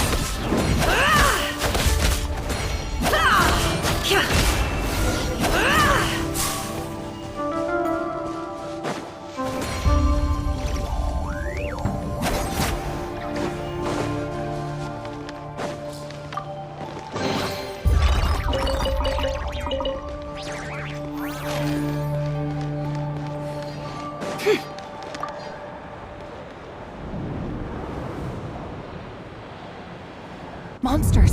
At the Universitas Magistrorum? Why now? Oh no! They're coming! It's no use. The table won't hold out much longer. The weapons. Where are the weapons? Of course. All the lab equipment was upgraded after the inspection last week, but the new weapons haven't been allocated yet. I'm done for. Is anyone there? I need help!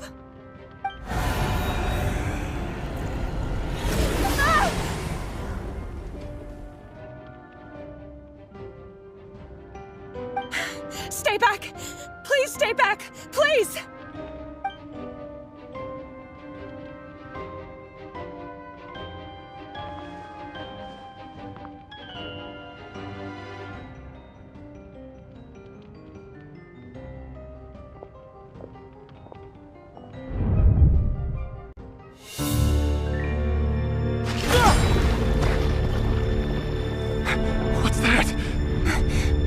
Rear. So the rumors about your work are true. What? No! Listen, something happened at the palace tonight. We have to leave! You don't need to lie to me anymore. What do you mean? I know why you're worried, and I will respect the decision you've made. But it's okay, because I found a solution. I know how to end all this. You can have it back. The normal life you so desire. But until then, I'm afraid our wedding will have to wait. Cylinders? No, don't do it! Cylinders! Cylinders!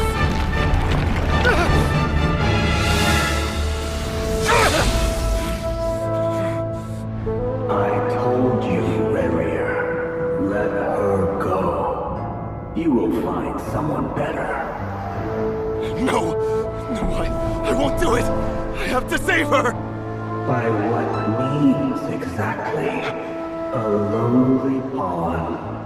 You lack the power and the strength of will. Do you know a way? Tell me! Come to the palace. Join us.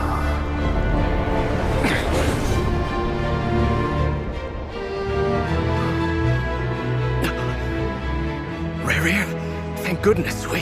Step forth and take your share. You made it. Not you too.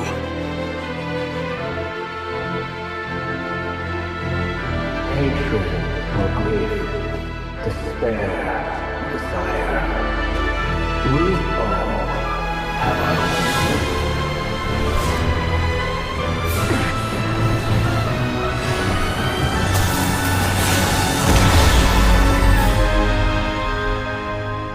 Rerir. Rerir. Cylinders? Were you daydreaming?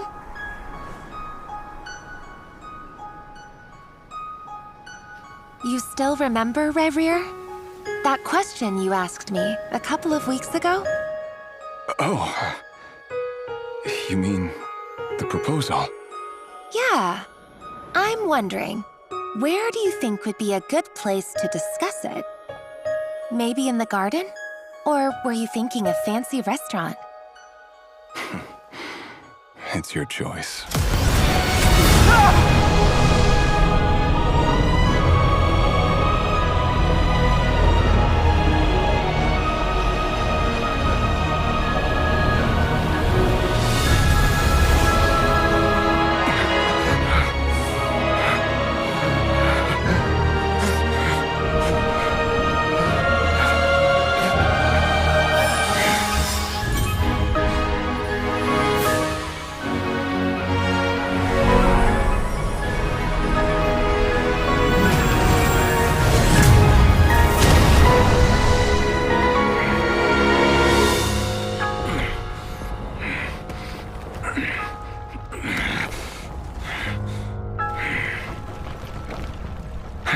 Find you. And then, you can give me your answer.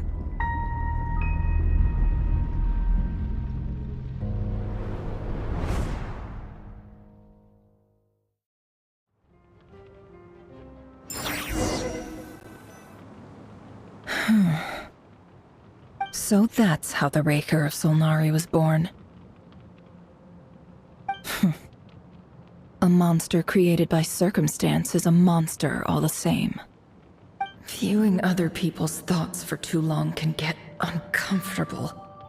Right now, I'm feeling a strong sense of loathing. In a nutshell, the story of Conria is what happens when the truth falls by the wayside. Everyone tells little white lies, and before long, you have a huge pack of lies that destroys everything. Phew. Time to get back. His past is filled with sorrow, but the tale of any fallen civilization is one of endless tragedy. Cruel as it may be, that was Conria's fate.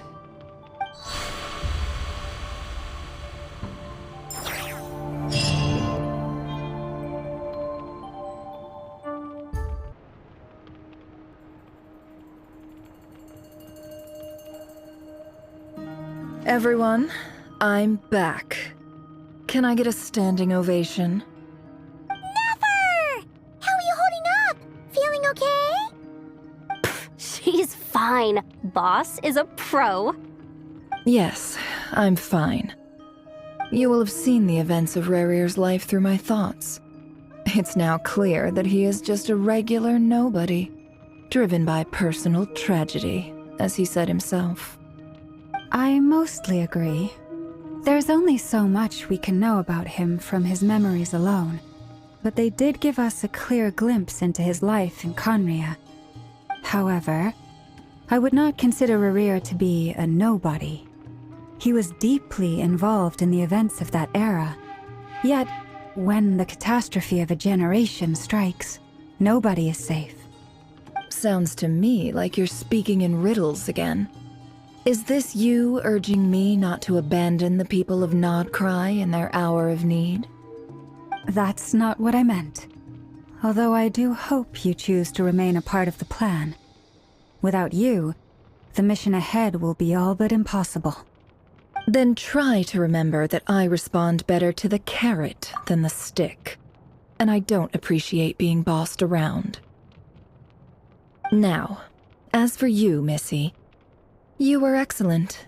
You stuck to the rules of the ceremony and kept your mouth shut the entire time. Bravo. Cool. So, can you fill me in on the deets now? Most of what I saw went right over my head. Patience. You'll hear the whole story, don't you worry. But let's meet up with the others first. It will save me narrating it twice. Yehoda? Yes, boss. Let me get that door for ya. That's more like it. For a moment there, I was worried you'd forgotten about the first clause of your employment contract. Forgive my curiosity, but what does the first clause say? It that says I gotta do the annoying stuff that boss is too lazy to do for herself. Like opening the door, pouring the tea, yada yada. Is that right? If something is in the contract, it's because she willingly agreed to it. Rest assured that the Curatorium abides by the very strictest of labor policies. You don't seriously think I'm cruel enough to treat her like my slave? In any case, I've hardly shied away from my share of the work today. Hope I don't catch Flintz and Varka lounging about in their chairs, enjoying a leisurely cup of tea. There's nothing I dislike more than other people enjoying themselves while I'm hard at work.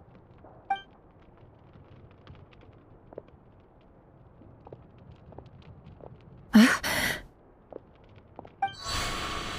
no.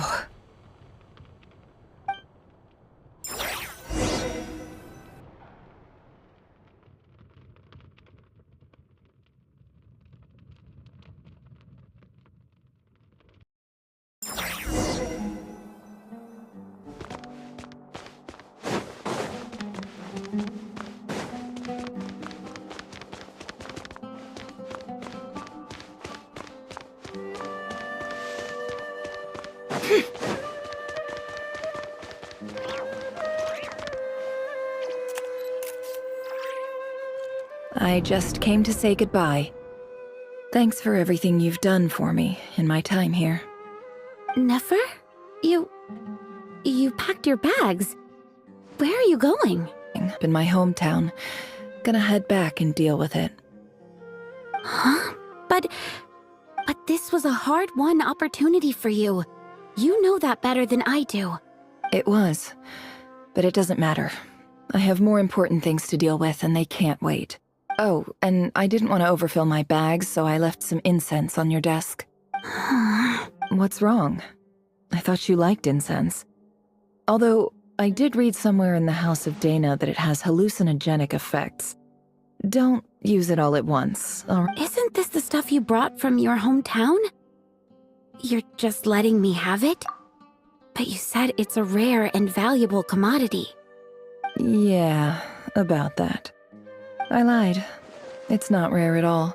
There's this bunch of ruins near my hometown that are practically overgrown with this plant. It's not worth much. Keep it. It's fine. But Nefer... All right. That's all from me. You take care.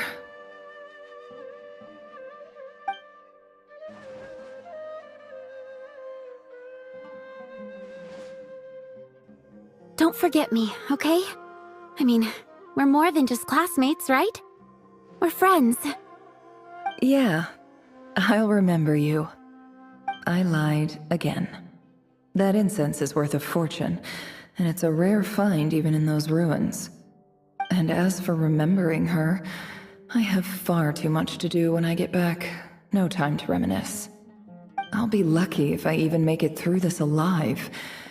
But either way, I expect I'll forget you pretty quickly.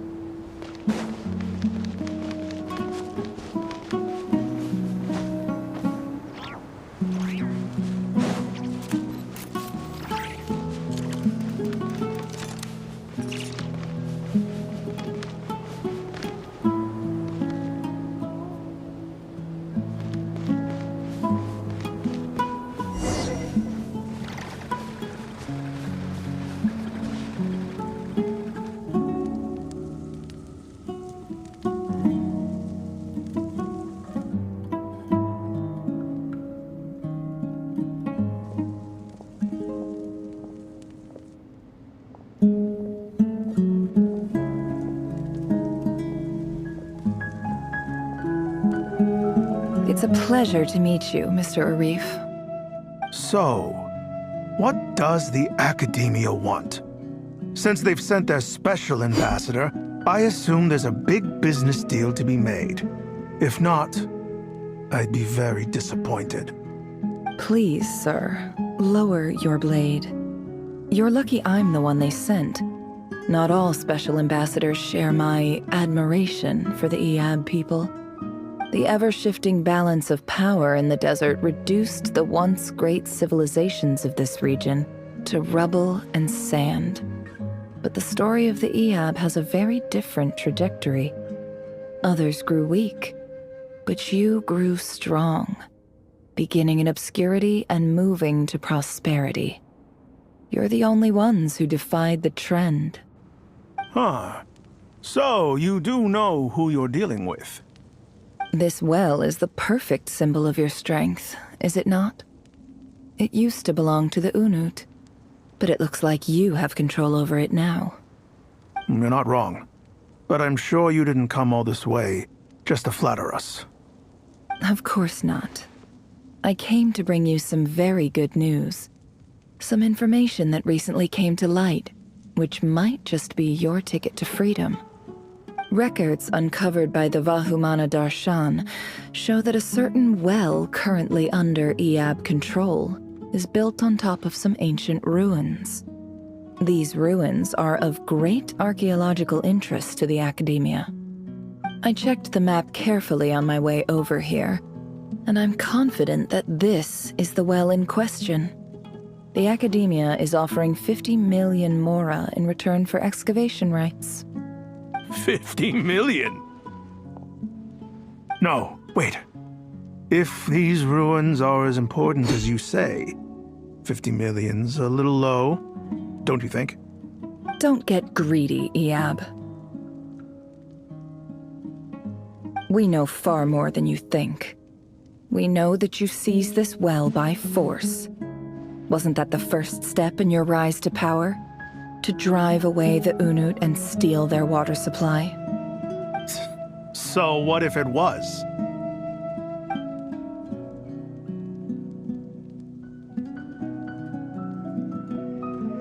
Don't worry. As unscrupulous as it was, it's something we're willing to overlook. The Academia is only interested in dealing with the de facto power holders in the region. I hope I am making myself clear. And I hope your words are the truth. If I find out the Academia is trying to play me, I'll hunt down every one of your people and make you watch as I cut their heads off one by one. I assure you, Chief, that would not be in your long-term interests. You don't want to make an enemy of the Academia. You see how I'm dressed, don't you? I appreciate that you've never been to the rainforest, but surely even you recognize an ambassador's attire when you see it. And what does a barbarian like you have to lose anyway? You really think the Sumeru Academia would bother to come all this way just to lie to you? We have more important things to worry about. All right, I take your point. The Academia is the highest authority in the land. I'm sure you're trustworthy people. In that case, we have a deal. We will sell you the excavation rights. I'd like to thank you, Ambassador. This is good news indeed. Excellent news. In fact, it calls for a celebration. Would you do us the honor of staying a while and enjoying some Iab hospitality? Gladly. I am partial to wine myself, and I trust you are as well. So let's indulge in a few drinks together, in celebration of this momentous occasion.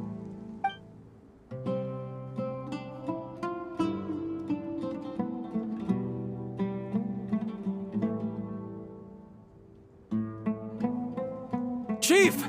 Chief, it's an emergency! It's the Unut. They've taken the well. What? Well, don't just stand there. Take it back. Yes, Chief. I have every confidence in the Iab's military superiority, and yet... Well, what is it? The Unut's response was alarmingly fast. The day after we reach a deal, they seize the well. This can't be a coincidence. Perhaps there is a traitor in your midst. I don't think so. I am obliged to remind you, Chief, that the Academia will only deal with the de facto power holders. If you cannot regain control over the well, I'm afraid you won't see a single mora of that 50 million. No! Please, Ambassador, just give me some time. I swear the Unut will not get away with this. That well is ours, and so is the mora. Glad to hear it. I will wait here for an update. If there is a traitor, I will find them. In the meantime, make yourself at home. I'll report back as soon as I have an update. Much obliged. Wow. All it took was a few words and I've got him wrapped around my finger. What an amazing feeling. So, in summary, Ambassador, the Academia would rather negotiate with our tribe instead of the Eab, yes? The Eab are ruthless murderers who don't listen to reason. And now they have the gall to interfere in our research projects in the desert region. So let me ask you, Chief, if you were the Academia, what would you do? Kill them all, of course. Precisely. The Academia does not tolerate those who stand in our way. The Eab have held back our academic pursuits for too long, and our patience is wearing thin. At the same time, there is simply no way that the Academia can be seen to be intervening in desert affairs. I'm sure you understand where I'm coming from. We have our own rules out here. If the rainforest dwellers raised arms against a desert tribe, it'd start a bloody war. Right. We can't confront them ourselves, but we can support their enemies. The Unut have always had strained relations with the Eab, which makes you our natural allies. Natural allies. Weren't the Eab your allies once? You were quick to send them after us to protect your interests back when we stole that water. And now look at you. You're at each other's throats. Let me be clear. The Academia wishes to collaborate with the legally recognized rulers of the desert in this matter. We are asking for excavation rights to that well, and our offer is 50 million mora. Say no more. I believe we have an understanding. Good. Then I suggest you get to work. Get us access to that well, and the mora's yours. You see, Dad? Lying is easy when you know how. People will believe anything.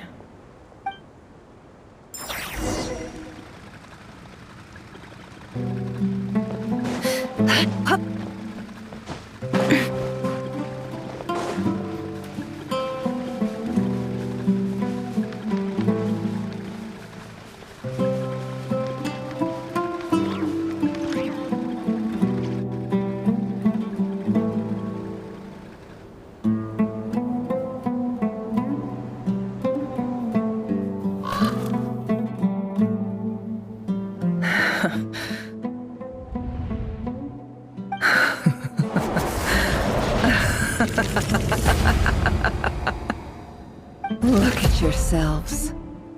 You may be vile, savage monsters, but your butchered bodies bleed like any others. You're no different. You're nothing special at all. The monsters who destroyed my home, they're just ordinary, petty human beings. What a joke. I think we're even now. Maybe I've even done the desert a favor. It's a better place without all these people around.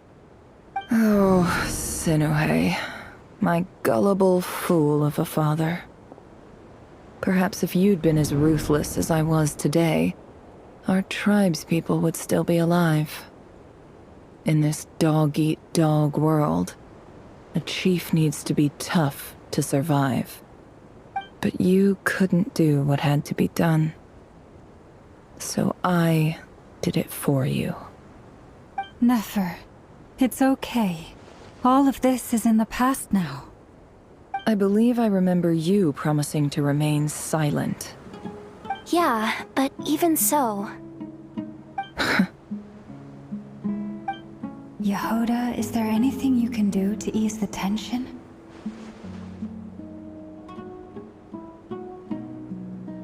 Alright, time for a sharp turn onto a completely different topic. So, anyway, that's enough of that. When are we getting out of this place? Feels like we've been walking forever. I'm getting pretty tired. Oh, Alma, you tired? Yes. If we can find somewhere to sit down, I could certainly do with a rest. It's not far now. There should be a temple just up ahead. Yes. Really? A temple? That's where this story ends? I guess that's how things go in the desert.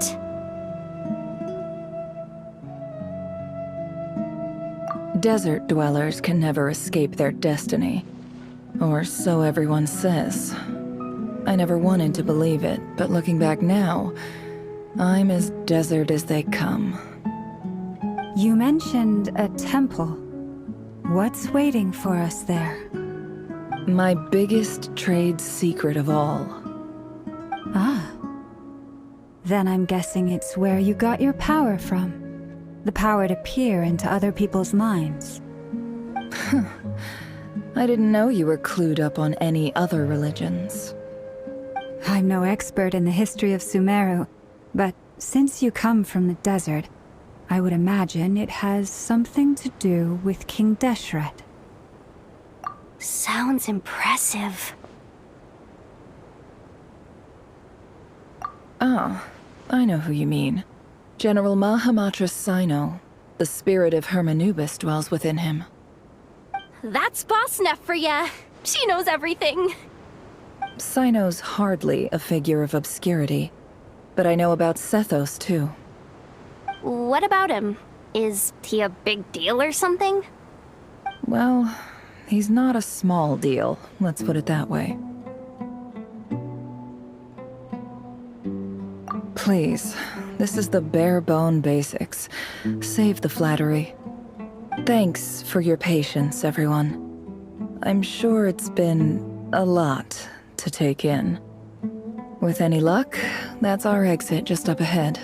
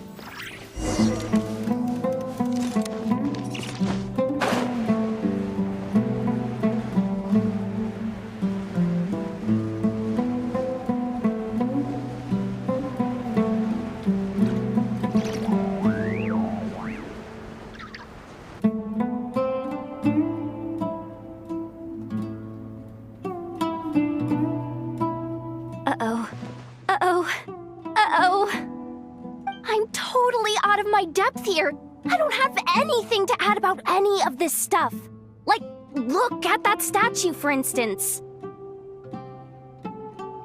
I want to do the whole name-dropping, this girl knows her stuff thing too, but I've never seen anything like it before. A statue with the head of a bird. That's Thoth, the Ibis King, one of the 7 pillars of King Deshret. The legends say that he, the Crocodile King, and the Goat King were the 3 retainers of King Deshret. Let's take a look.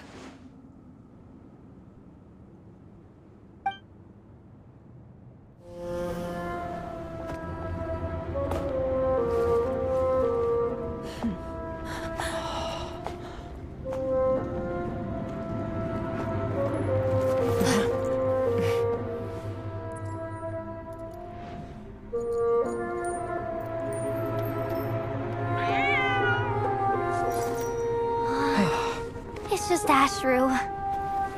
So, all is well?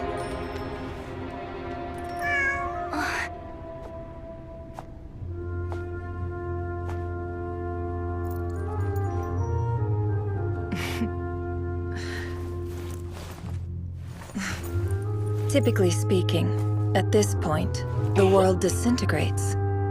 Then we find ourselves back in the outside world. Besides, these are my memories. There's nothing to fear. You're sure? Of course. It's almost over.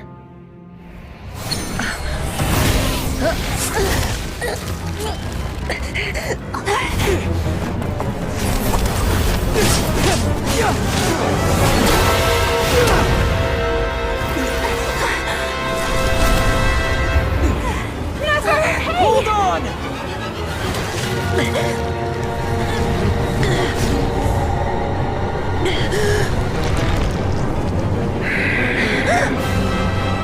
Knowing too much is always a death sentence. Speak for yourself.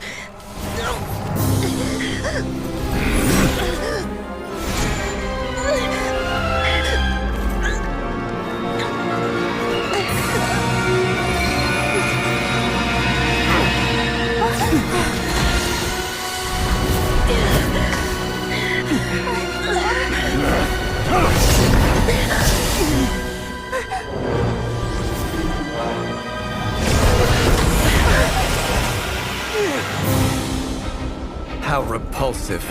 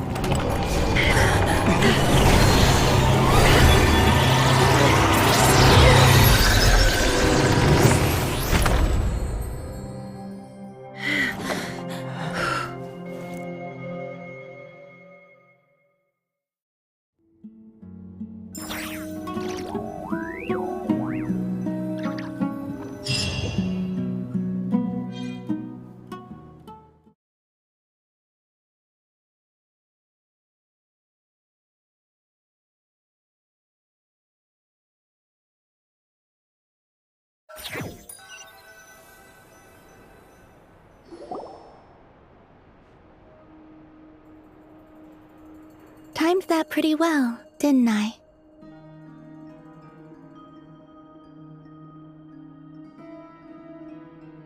It's okay. I'm just glad no one was hurt. Paimon noticed you doing something too, Dainsleif. Were you helping get them out? Of course. When I asked Nefer to conduct this investigation, I was not naive to the dangers involved. I had a duty to ensure your safety. Good to know your sense of justice is still intact after all these years. I take that to mean that you saw the truth. That comes as a great relief. I certainly did. And thanks to your help, I also managed to trap Rerir inside the chess set. Whoa, really? How'd you manage that? Well, to be honest, I sensed that something was wrong long before we made it to the temple. By using this fragment to probe into Rerir's past, well, the monster formerly known as Rerir, it seems I alerted him. I was tracking him, then he caught on and started tracking me too. Can't say I'm surprised. But how did he track you through your thoughts alone? That shouldn't be possible. Rerir was a secret agent who reported directly to the Vinster King. He is an expert at finding a trail and hunting down his pursuers. No wonder. He infiltrated the chess set, read my thoughts, and built a new virtual chess set inside of it. That's why we weren't able to leave at first. Speaking of your chess set, it's quite a remarkable item. Would I be right in thinking you have some connection to King Deshret? You overestimate me. I only have a connection with one of his underlings, the Ibis King. You all saw how this came to be. A long time ago, the Iab massacred my tribe, the Shimti, in our home village. A few years later, I enrolled in the academia, where some new information came to light. The Unut and the Iab fought a bitter battle over the rights to a well, all for the sake of a non-existent 50 million mora. The Iab ultimately won that confrontation, but their victory came at the cost of almost every warrior in the tribe. The final blow to the Iab came at the victory feast, when an Unut assassin beheaded their chief right before my eyes. The remaining Iab fled and have been scattered to the winds ever since. Having gotten my revenge, I returned to my hometown, where to my surprise, the nearby temple was still standing. There it was, seemingly immune to the relentless hostility of the desert, while my tribal home lay in ruins. As I stood there gazing at the temple, I noticed a cat just outside. This cat, as it turned out, was home to the spirit of the Ibis King. He led me to a gate deep inside the temple, and there he made a deal with me. This chess set is my gift from the Ibis King. The chessboard within is made to the same specifications as the one in the mausoleum of King Deshret, and represents his power of piercing analysis. With this chessboard in its container, I gained a certain ability to perceive hidden secrets. Now, you could conclude that the Ibis King simply wanted to give the people of this world the power to seek the truth, but I don't believe that's the full story. Every god plays favorites. Their hearts are as fickle as any human's, full of secrets, perversions, egotistical tendencies. But precious few gods are willing to admit this. It is the same with all powerful forces, including fate itself. Their gaze falls preferentially upon a select few. As you rightly point out, this is an act of favoritism. If you're alluding to the Abyss, then yes, I agree. Gather the others. It's time to share everything I've learned.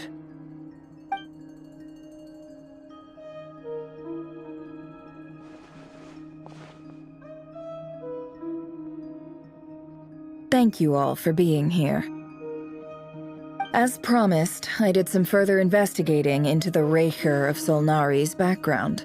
I am pleased to report that the investigation has been most fruitful indeed. The Reicher of Solnari, real name Rerir, was once a Conrian subject who served the Vinster King. I will now share the important details of his story. Please save any questions or comments for the end.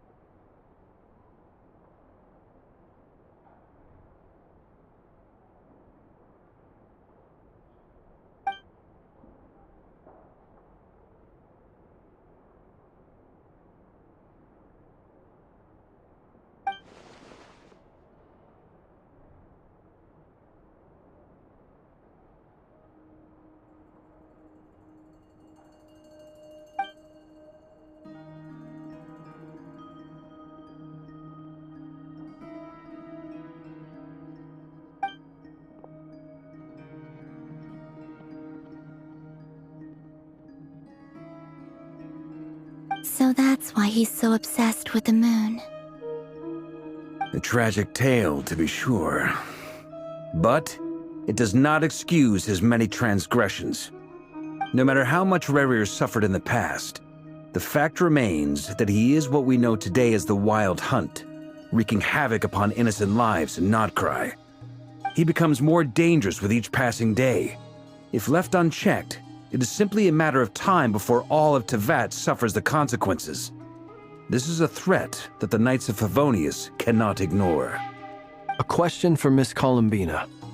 Forgive me if this is presumptuous, but have you ever seen the spatial gateway that appeared in Rerear's memory? Never.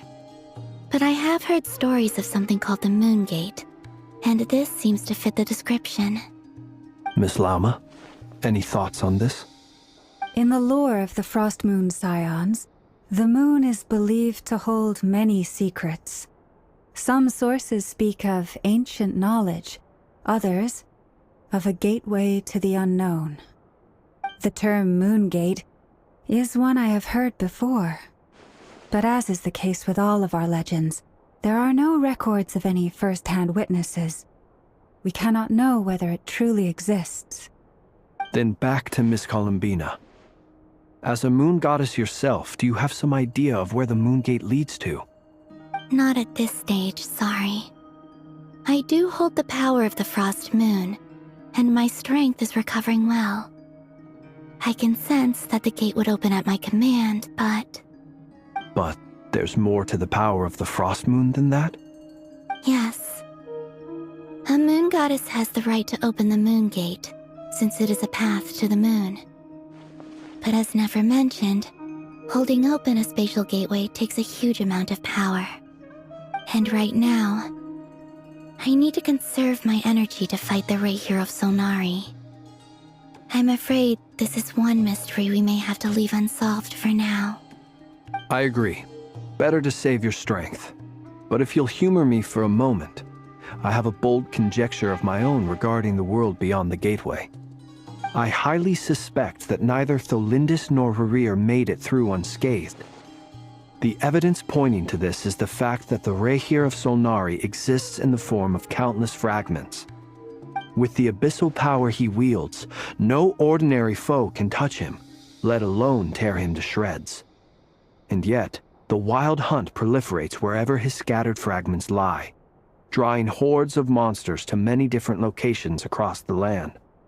So your theory is that Rerear was physically torn to shreds by some powerful force? Hence, why the wild hunt is a distributed phenomenon, rather than a unified one? Makes sense to me. Explains why the wild hunt is so pervasive, and why he's been trying to piece himself back together. He was whole to begin with, and he wants to be whole again. Without the power of the Abyss on his side, he almost certainly would have perished the moment he was torn apart. But the Abyss, much like a curse, has kept him alive. I could not agree more. The power of the Abyss is most surely a curse. It is a compelling explanation, and one that accords with my present understanding of Abyss creatures.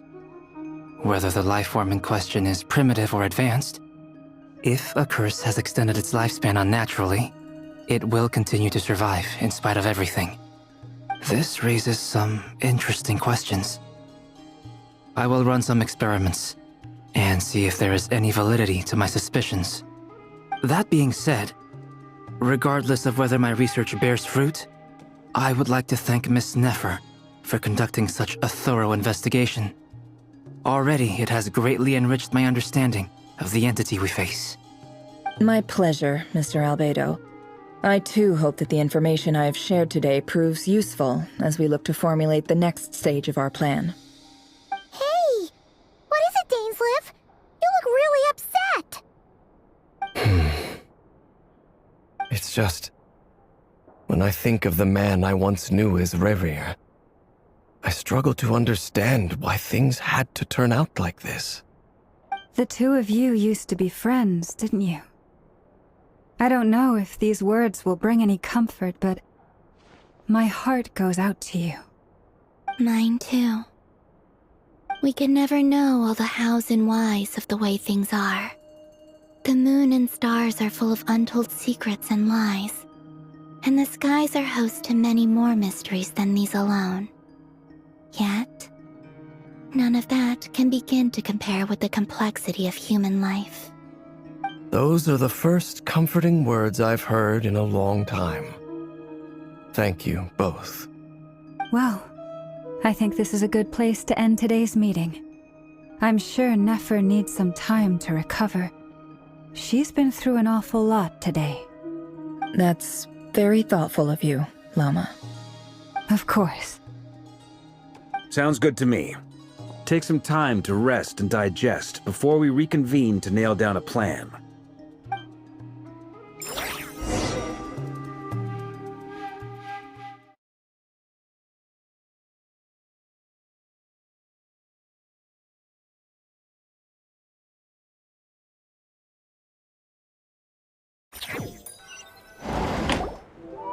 Hey, is this a bad time? Hope I didn't kill the conversation.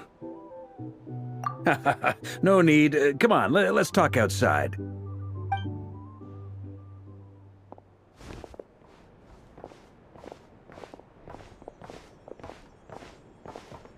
Anyway, Nefer went back to the curatorium to get some rest. But before she left, she shared some things with me that I thought you should be aware of. Firstly, although she managed to trap the Raker of Solnari inside her chess set, there's no guarantee that the power of the Ibis King is any match for one of the 5 sinners. Their powers are beyond our comprehension. It's only a matter of time before he finds a way to break out. We have to come up with a plan and take care of him before that happens. Honestly, Paimon figured that might be the case. So, how long have we got? Well, I asked her that same question. She talked for a long time, but for the most part, it seemed like she was trying to convince me how precious her chess set is, and what a long and storied history it has. It felt like some kind of sales pitch, you know? The kind where you end up handing over Mora against your will? Anyway, after all that, she finally answered the question. 2 days, at most. 2 days? Holy moly! Can we even recruit enough help in that time? That remains to be seen. Which brings me to the second issue. Dainsleif is obviously conflicted about this whole thing. But given how little time we have, there's no way we can pull this off without his help. You have some history with him, right? Do you think maybe you could talk to him for us? Great. I appreciate it. All right, on to item 3. So, Albedo, Durin, and I put our heads together and came up with a plan. Can't promise it's gonna work yet, but at least it's a start. We figured we'd bounce the idea off you first. We'll explore it further once everyone's recovered. Oh, Paimon's dying to hear this. All right, so here's what we're thinking.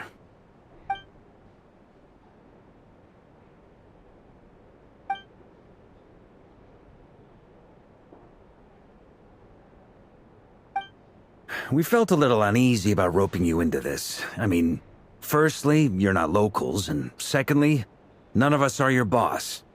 You're well within your rights to refuse if you so choose. Roping us in? Why would you even say that? We know the stakes here. It's all of us against the Reher of Solnari, or none of us stand a chance. I choose my words very intentionally, I'll have you know. I like to think there's an art to striking a down-to-earth tone even when the stakes are through the roof. Sir Varka, I have a few thoughts about this plan. I'm all ears. I think we can be more flexible with how the roles are allocated. In my view, the most sensible lineup would be like this.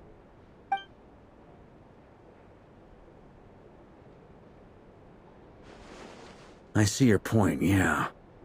But if that's how we're going to approach this, you'd better make sure you're ready. To be clear, I don't doubt your abilities. Far from it. I just want to make sure. Are you really willing to take all this on? I want to do everything within my power. The Reher of Solnari is a truly fearsome opponent, and if I do my part, it'll greatly reduce the risk for everyone else involved. Well, that tracks with what I've heard. Jean's mentioned in her letters that you're so diligent it's almost abnormal. As in, most people weigh up the risks and rewards in situations like this. But you seem to just march towards danger without a moment's hesitation. Of course, everyone appreciates a fearless pioneer. But all that aside, I'm the Grand Master of the Knights of Favonius, and you're our honorary knight. I want to make sure your courage doesn't come at the expense of your safety. Thank you, Sir Varka. I should be the one thanking you. It means a lot to have you on board. I'll give some serious thought to your suggestions.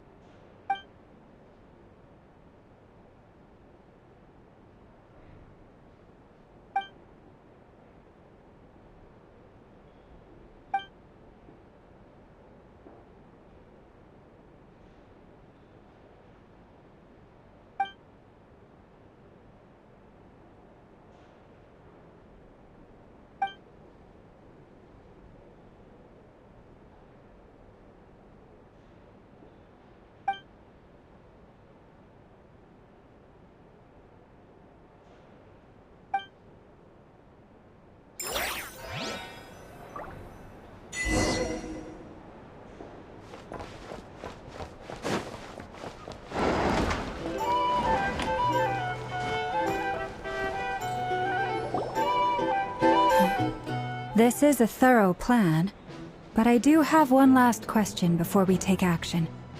How can we be sure that our enemy won't leave the designated area? Great question. Albedo's been hard at work analyzing Rerir and the Wild Hunt's behavioral patterns. His conclusions are as follows. Firstly, from the earliest known confrontation until now, Rerir has never displayed any ability to manipulate the dimension of space. So it's unlikely he has any power in that domain. Secondly, he seems to have a particularly strong vendetta against our group. If we put him in a fight-or-flight situation, he'll choose to fight every time. Thirdly, finally, and most importantly, he is consumed by hatred, both for the moon and for his enemies. Turns out, we tick both of those boxes.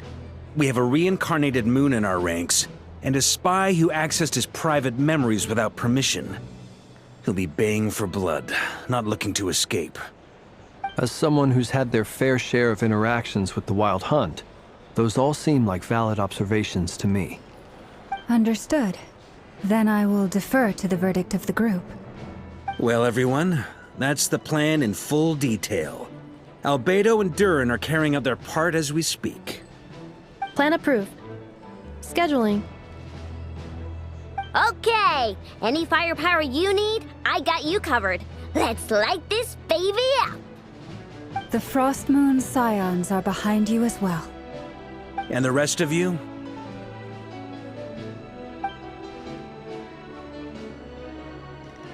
No objections? All right, then it's settled. This is the plan we're going with. Next up, an old tradition of mine. Anyone who wants to back out, now's your chance. Wait, we can still back out of this? Everyone says things they regret, right? I don't want anyone feeling trapped because their mouth said yes before their brain had time to think things through. A very people-first approach. I hear that's common practice in the Knights of Favonius. Heh. Who'd you hear it from? D-Luke? Shh. We don't use people's real names at work. This contact will be known only as Owl, please and thank you. This plan can only work if everyone does their part. Flint's and I will absolutely support it. We shall indeed. You'll be glad you accepted our help. Also, you are the last person I expected to see here, Miss Dory. It's not often I get called Dory in a work context. My peers usually call me Lord Sangamabe. So, the longer your name, the higher your net worth. Is that the idea here? In that case, Mr. Flint's here must be worth a fortune. That's right, I know your full name. It's... The walls are thin here. I'd appreciate you keeping that a secret. Okay, fine. I'm actually only here as a favor for someone else. Do you have any idea how much it would cost to hire me otherwise? Oh, does this mean someone out there actually has the power to boss Dory around? It most certainly does not. We have a long-standing and mutually beneficial business partnership. She's actually the mom of a friend of yours. Said mom supplied me with a great little trinket, but now that lady's ruined everything. If I don't start building a little goodwill now, my whole business in Notcry is gonna go down the drain! Okay. So what exactly is so special about this pendant? It's a lucky charm that a great mage made for me. We have a business relationship, and she was worried that something bad might happen to me. So, she wanted me to have something that can store power to protect myself with. I finally got it all fully charged up with Kuvaki, and then never went and used it all up at once! Never lost so big in my life! You're right. It was all my fault. I didn't mean to drain all the Kuvaki in the pendant, but I'll make it up to you. You will? Well, in that case, how about you give me your chess set, and we call it even? I knew you'd say that. Well, it's yours if you want it. In fact, take it now, and I'll even throw in a free Raker of Solnari. Deal? You're putting me in a difficult position here. It's a very useful thing to have around, but I have a funny feeling it won't be around much longer. I guess we'll see in a couple of days. Looks like bankruptcy for me. Hey, don't be so pessimistic. See this through and you never know. You might find a new business opportunity on the other side.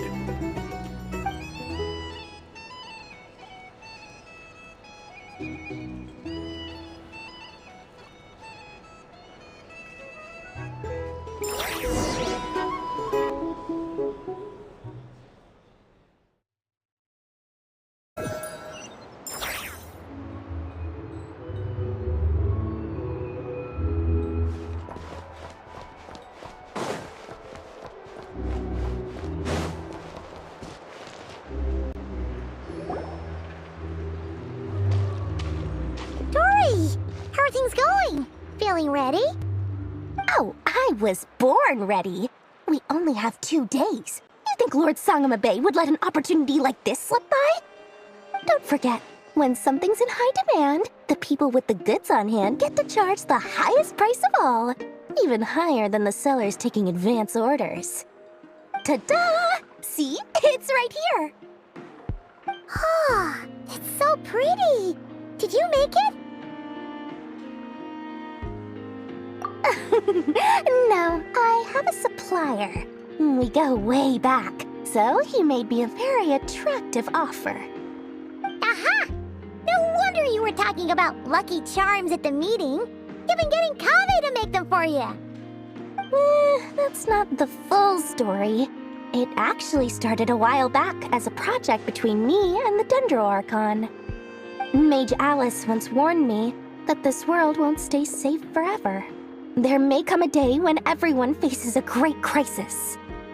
I passed this on to the Dendro Archon, and she secretly brought together a research team made up of Sumeru's top scholars to invent a technology that could keep people safe. I won't go into the details because it's all very complicated, but if you want to know more, you can ask the Dendro Archon about it sometime. Anyway, point being, it was the Dendro Archon who asked Kave to build this little contraption. As one of the top Kashara War talents, he was the obvious choice. Took him long enough. He stressed over it for ages. Must have gone through at least a dozen designs before producing a final product. But that's Kave for you. Marak delivered it to me a couple of days ago, along with a letter from Kave. Could I ask why I'm sending this technology to you? And what's your proposed use case? Has it been approved by the relevant authorities? So nosy. My fault for sending him the research permit to begin with. Surely Nahida must have told him you were involved in this project. He was probably just nervous because you're always so secretive about your business. Could be. Anyway, I just replied, let's hope there never has to be a use case, because it would involve grave danger. Fair enough. But it sounds like he was just being cautious. He probably felt responsible as the one who made it. Or maybe he was asking as a favor for his housemate. He's done that before. Not sure why, though. His housemate doesn't seem to really care that much about this kind of stuff. Either way, all's well that ends well. I'm just glad to finally have my hands on the product. I wouldn't want to be without it, given the potential dangers that lie ahead. Huh? What does that look mean? Paimon's just super surprised. This must be the first time we've ever seen you actually get serious about something. Well, a long time ago, I made a promise to myself. I promised that I was gonna live every day of my life with a big beaming smile. Obviously, Mora plays a big part in that. But there are always gonna be times in life when you have to give something back. That could mean paying back a debt, returning a favor, or showing some kindness. Alice has been a huge help to me over the years. She was the first investor I ever had. And I want my investors to know that Lord Sangamabe is the best in the business. And more than that, no one knows what the future will bring. Whatever happens, I want to make sure the Dendro Archon and all of Sumeru is prepared to face whatever comes. Oh, that? I was just making sure Nefer and I are square. Don't be thinking it was some sort of benevolent act. I'm no saint, so don't treat me like something I'm not. My priority is doing the business that I want to do, so long as my conscience lets me, but it usually does. That's the Lord Sangama Bay business model. Alright, if you say so. I do say so, and that's the whole point. I'm a businesswoman. Don't go trying to figure out what kind of person I am. You'll exhaust yourself. Much easier for everyone involved if you just take my word for it. Oh, and could you two help me get this stuff where it needs to be? Thanks so much. You're my favorite assistants.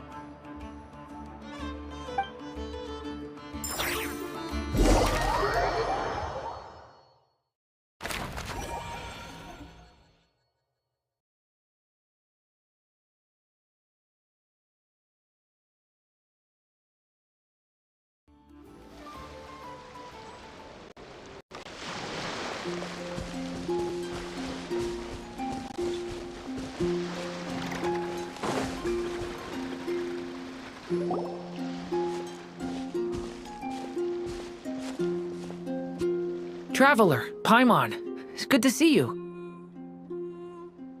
Everything going smoothly over here? Sort of. As you're probably aware, Varka, Durin, and I captured some abyssal creatures from the Wild Hunt. Per the plan, we dissected and analyzed some samples of these creatures.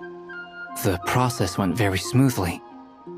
The findings, however, come with some troubling implications. What? You can actually dissect the Wild Hunt? That depends on your definition of Wild Hunt and dissection. Harmless, lifeless. These words are accurate descriptions. The Wild Hunt is an interesting phenomenon. In and of itself, it doesn't seem to possess anything akin to a human personality. But taken as a collective, the medium through which the Wild Hunt is summoned does appear to have a soul. Master griped a lot about the wise Horoptotire, and seemed somewhat fascinated with the Faust Elegy.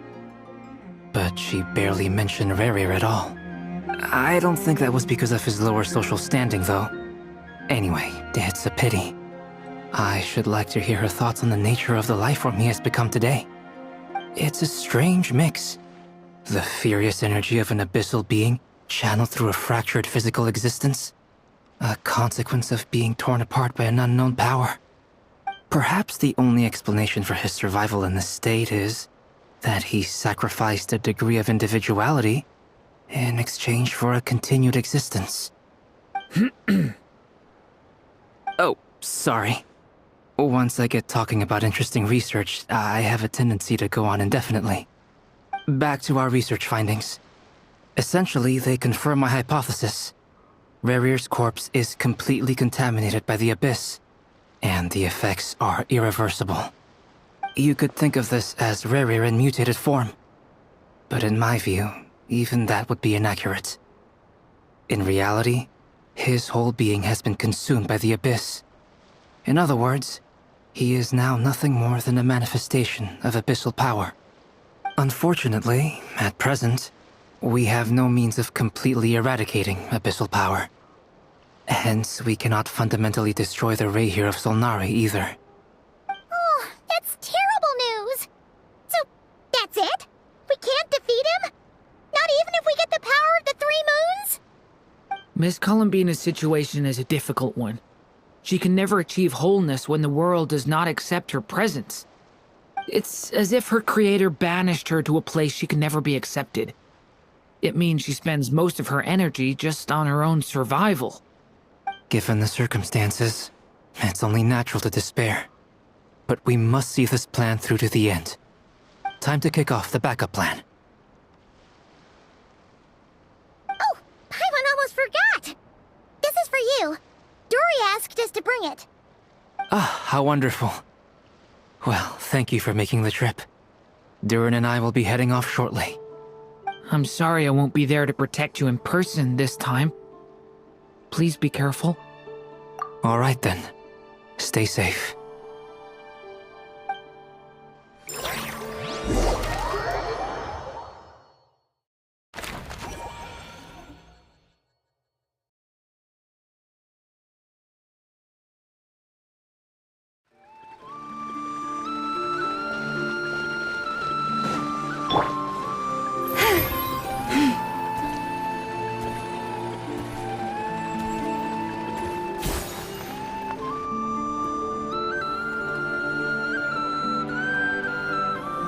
Miss Lauma, is everyone here? Yes. The fate of my flock is in your hands, Grandmaster Varka. Please keep them safe. My lady, what are you saying? Within the next 24 hours, we will face the biggest crisis the world has ever seen. This is not a burden that we deserve to bear, but I believe that we reap what we sow in this life. So I intend to act. I must do what I think is right. For me, that means fighting for the future of Nodcry. This gentleman is the Grand Master of the Knights of Favonius, Varka, Knight of Boreas. In my absence, please follow his lead. Hey, everyone. Guess I should introduce myself.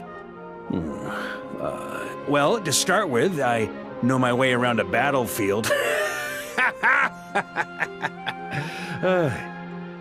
Biggest strengths are honesty and hard-workingness. Anyway, point is, I don't intend to let Lauma down. I'm gonna do everything in my power to keep every last one of you safe and sound.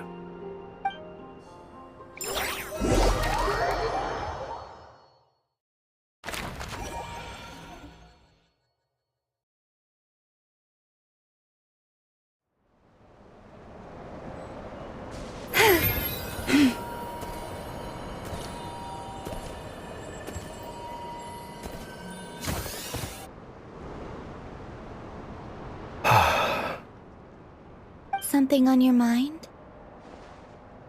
Miss Columbina, was it? I believe that's how the others addressed you. That's right. Names are funny things.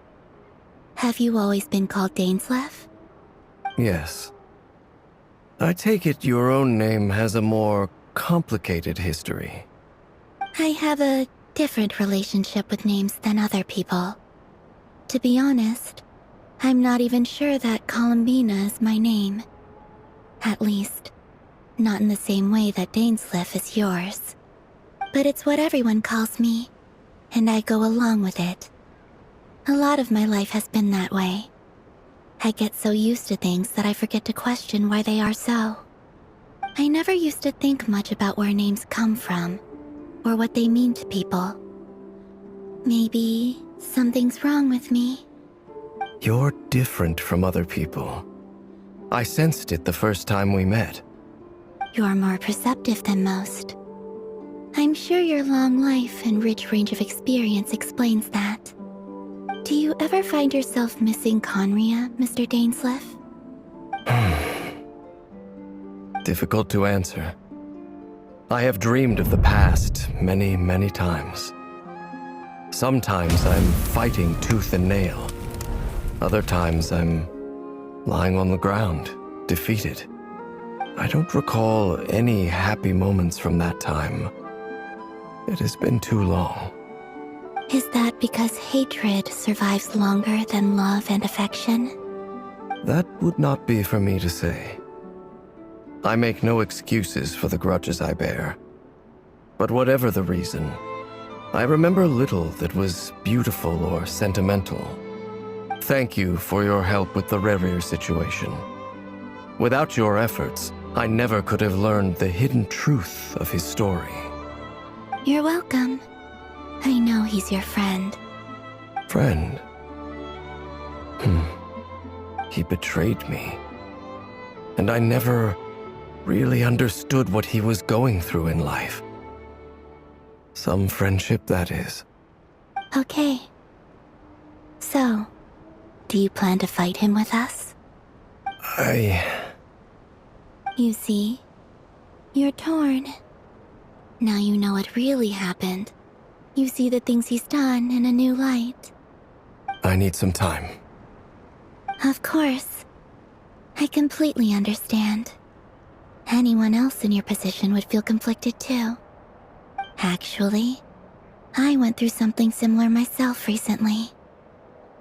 Something happened that changed my perspective on a situation. A situation I took for granted at the time, but now I feel very grateful for it. You mean the Harbingers who still support you, even though you've left the Fatui? Yes. I always thought they were only helping me because Harbingers are forced to work together. But then I abandoned them. A warrant was even put out for my arrest.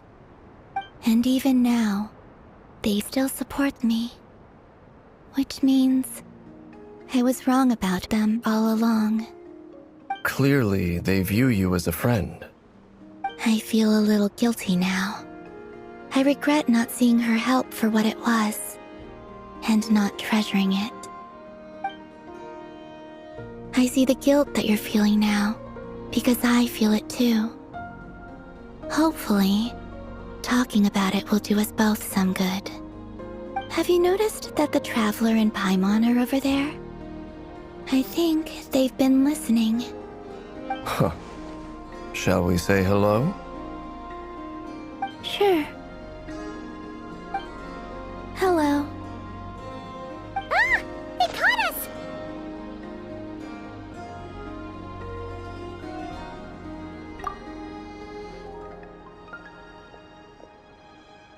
I apologize for making you worry. No doubt you wish to know where I stand on the plan to take down the Rahier of Solnari. I'm afraid I need a little time, but I will seriously consider joining you. You will? Oh, thank you so much! Everyone will be so grateful to hear that! They needn't be.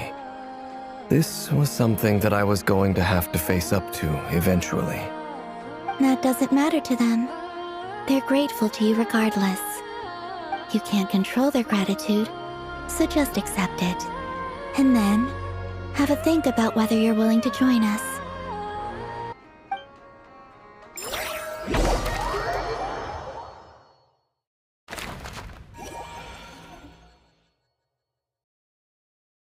It's nearly showtime! Let's go rendezvous with the others. You know the place.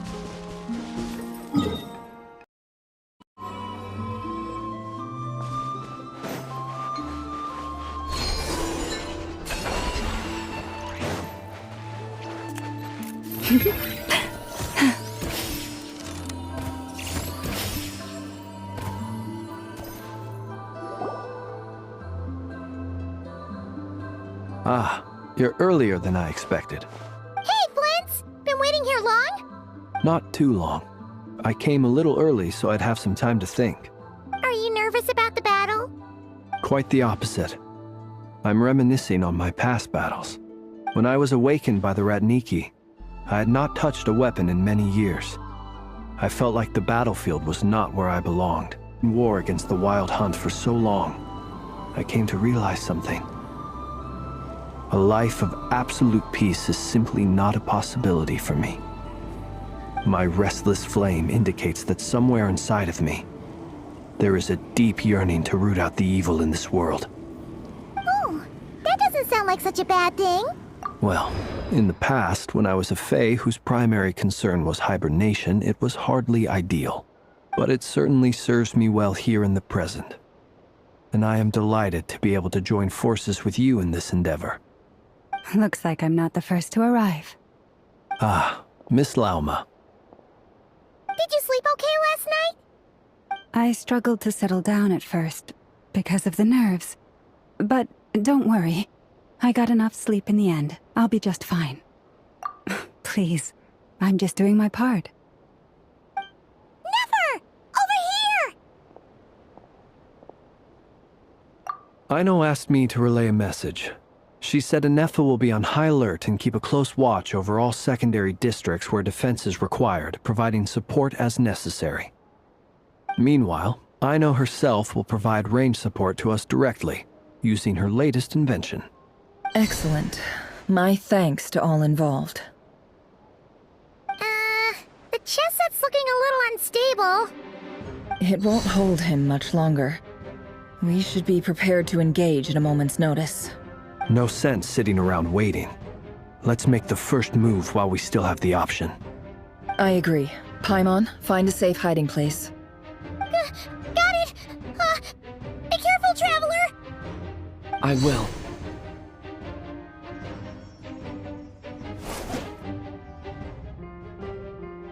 Everyone, take your positions as soon as the battle starts. Every ounce of strength we have in our bones, let us bring to this fight. Ready? Let's go. I've seen all your futile ploys before. You have become the authors of your own demise. I wouldn't be so sure about that. You are merely a moment of sport before I tear down the moon.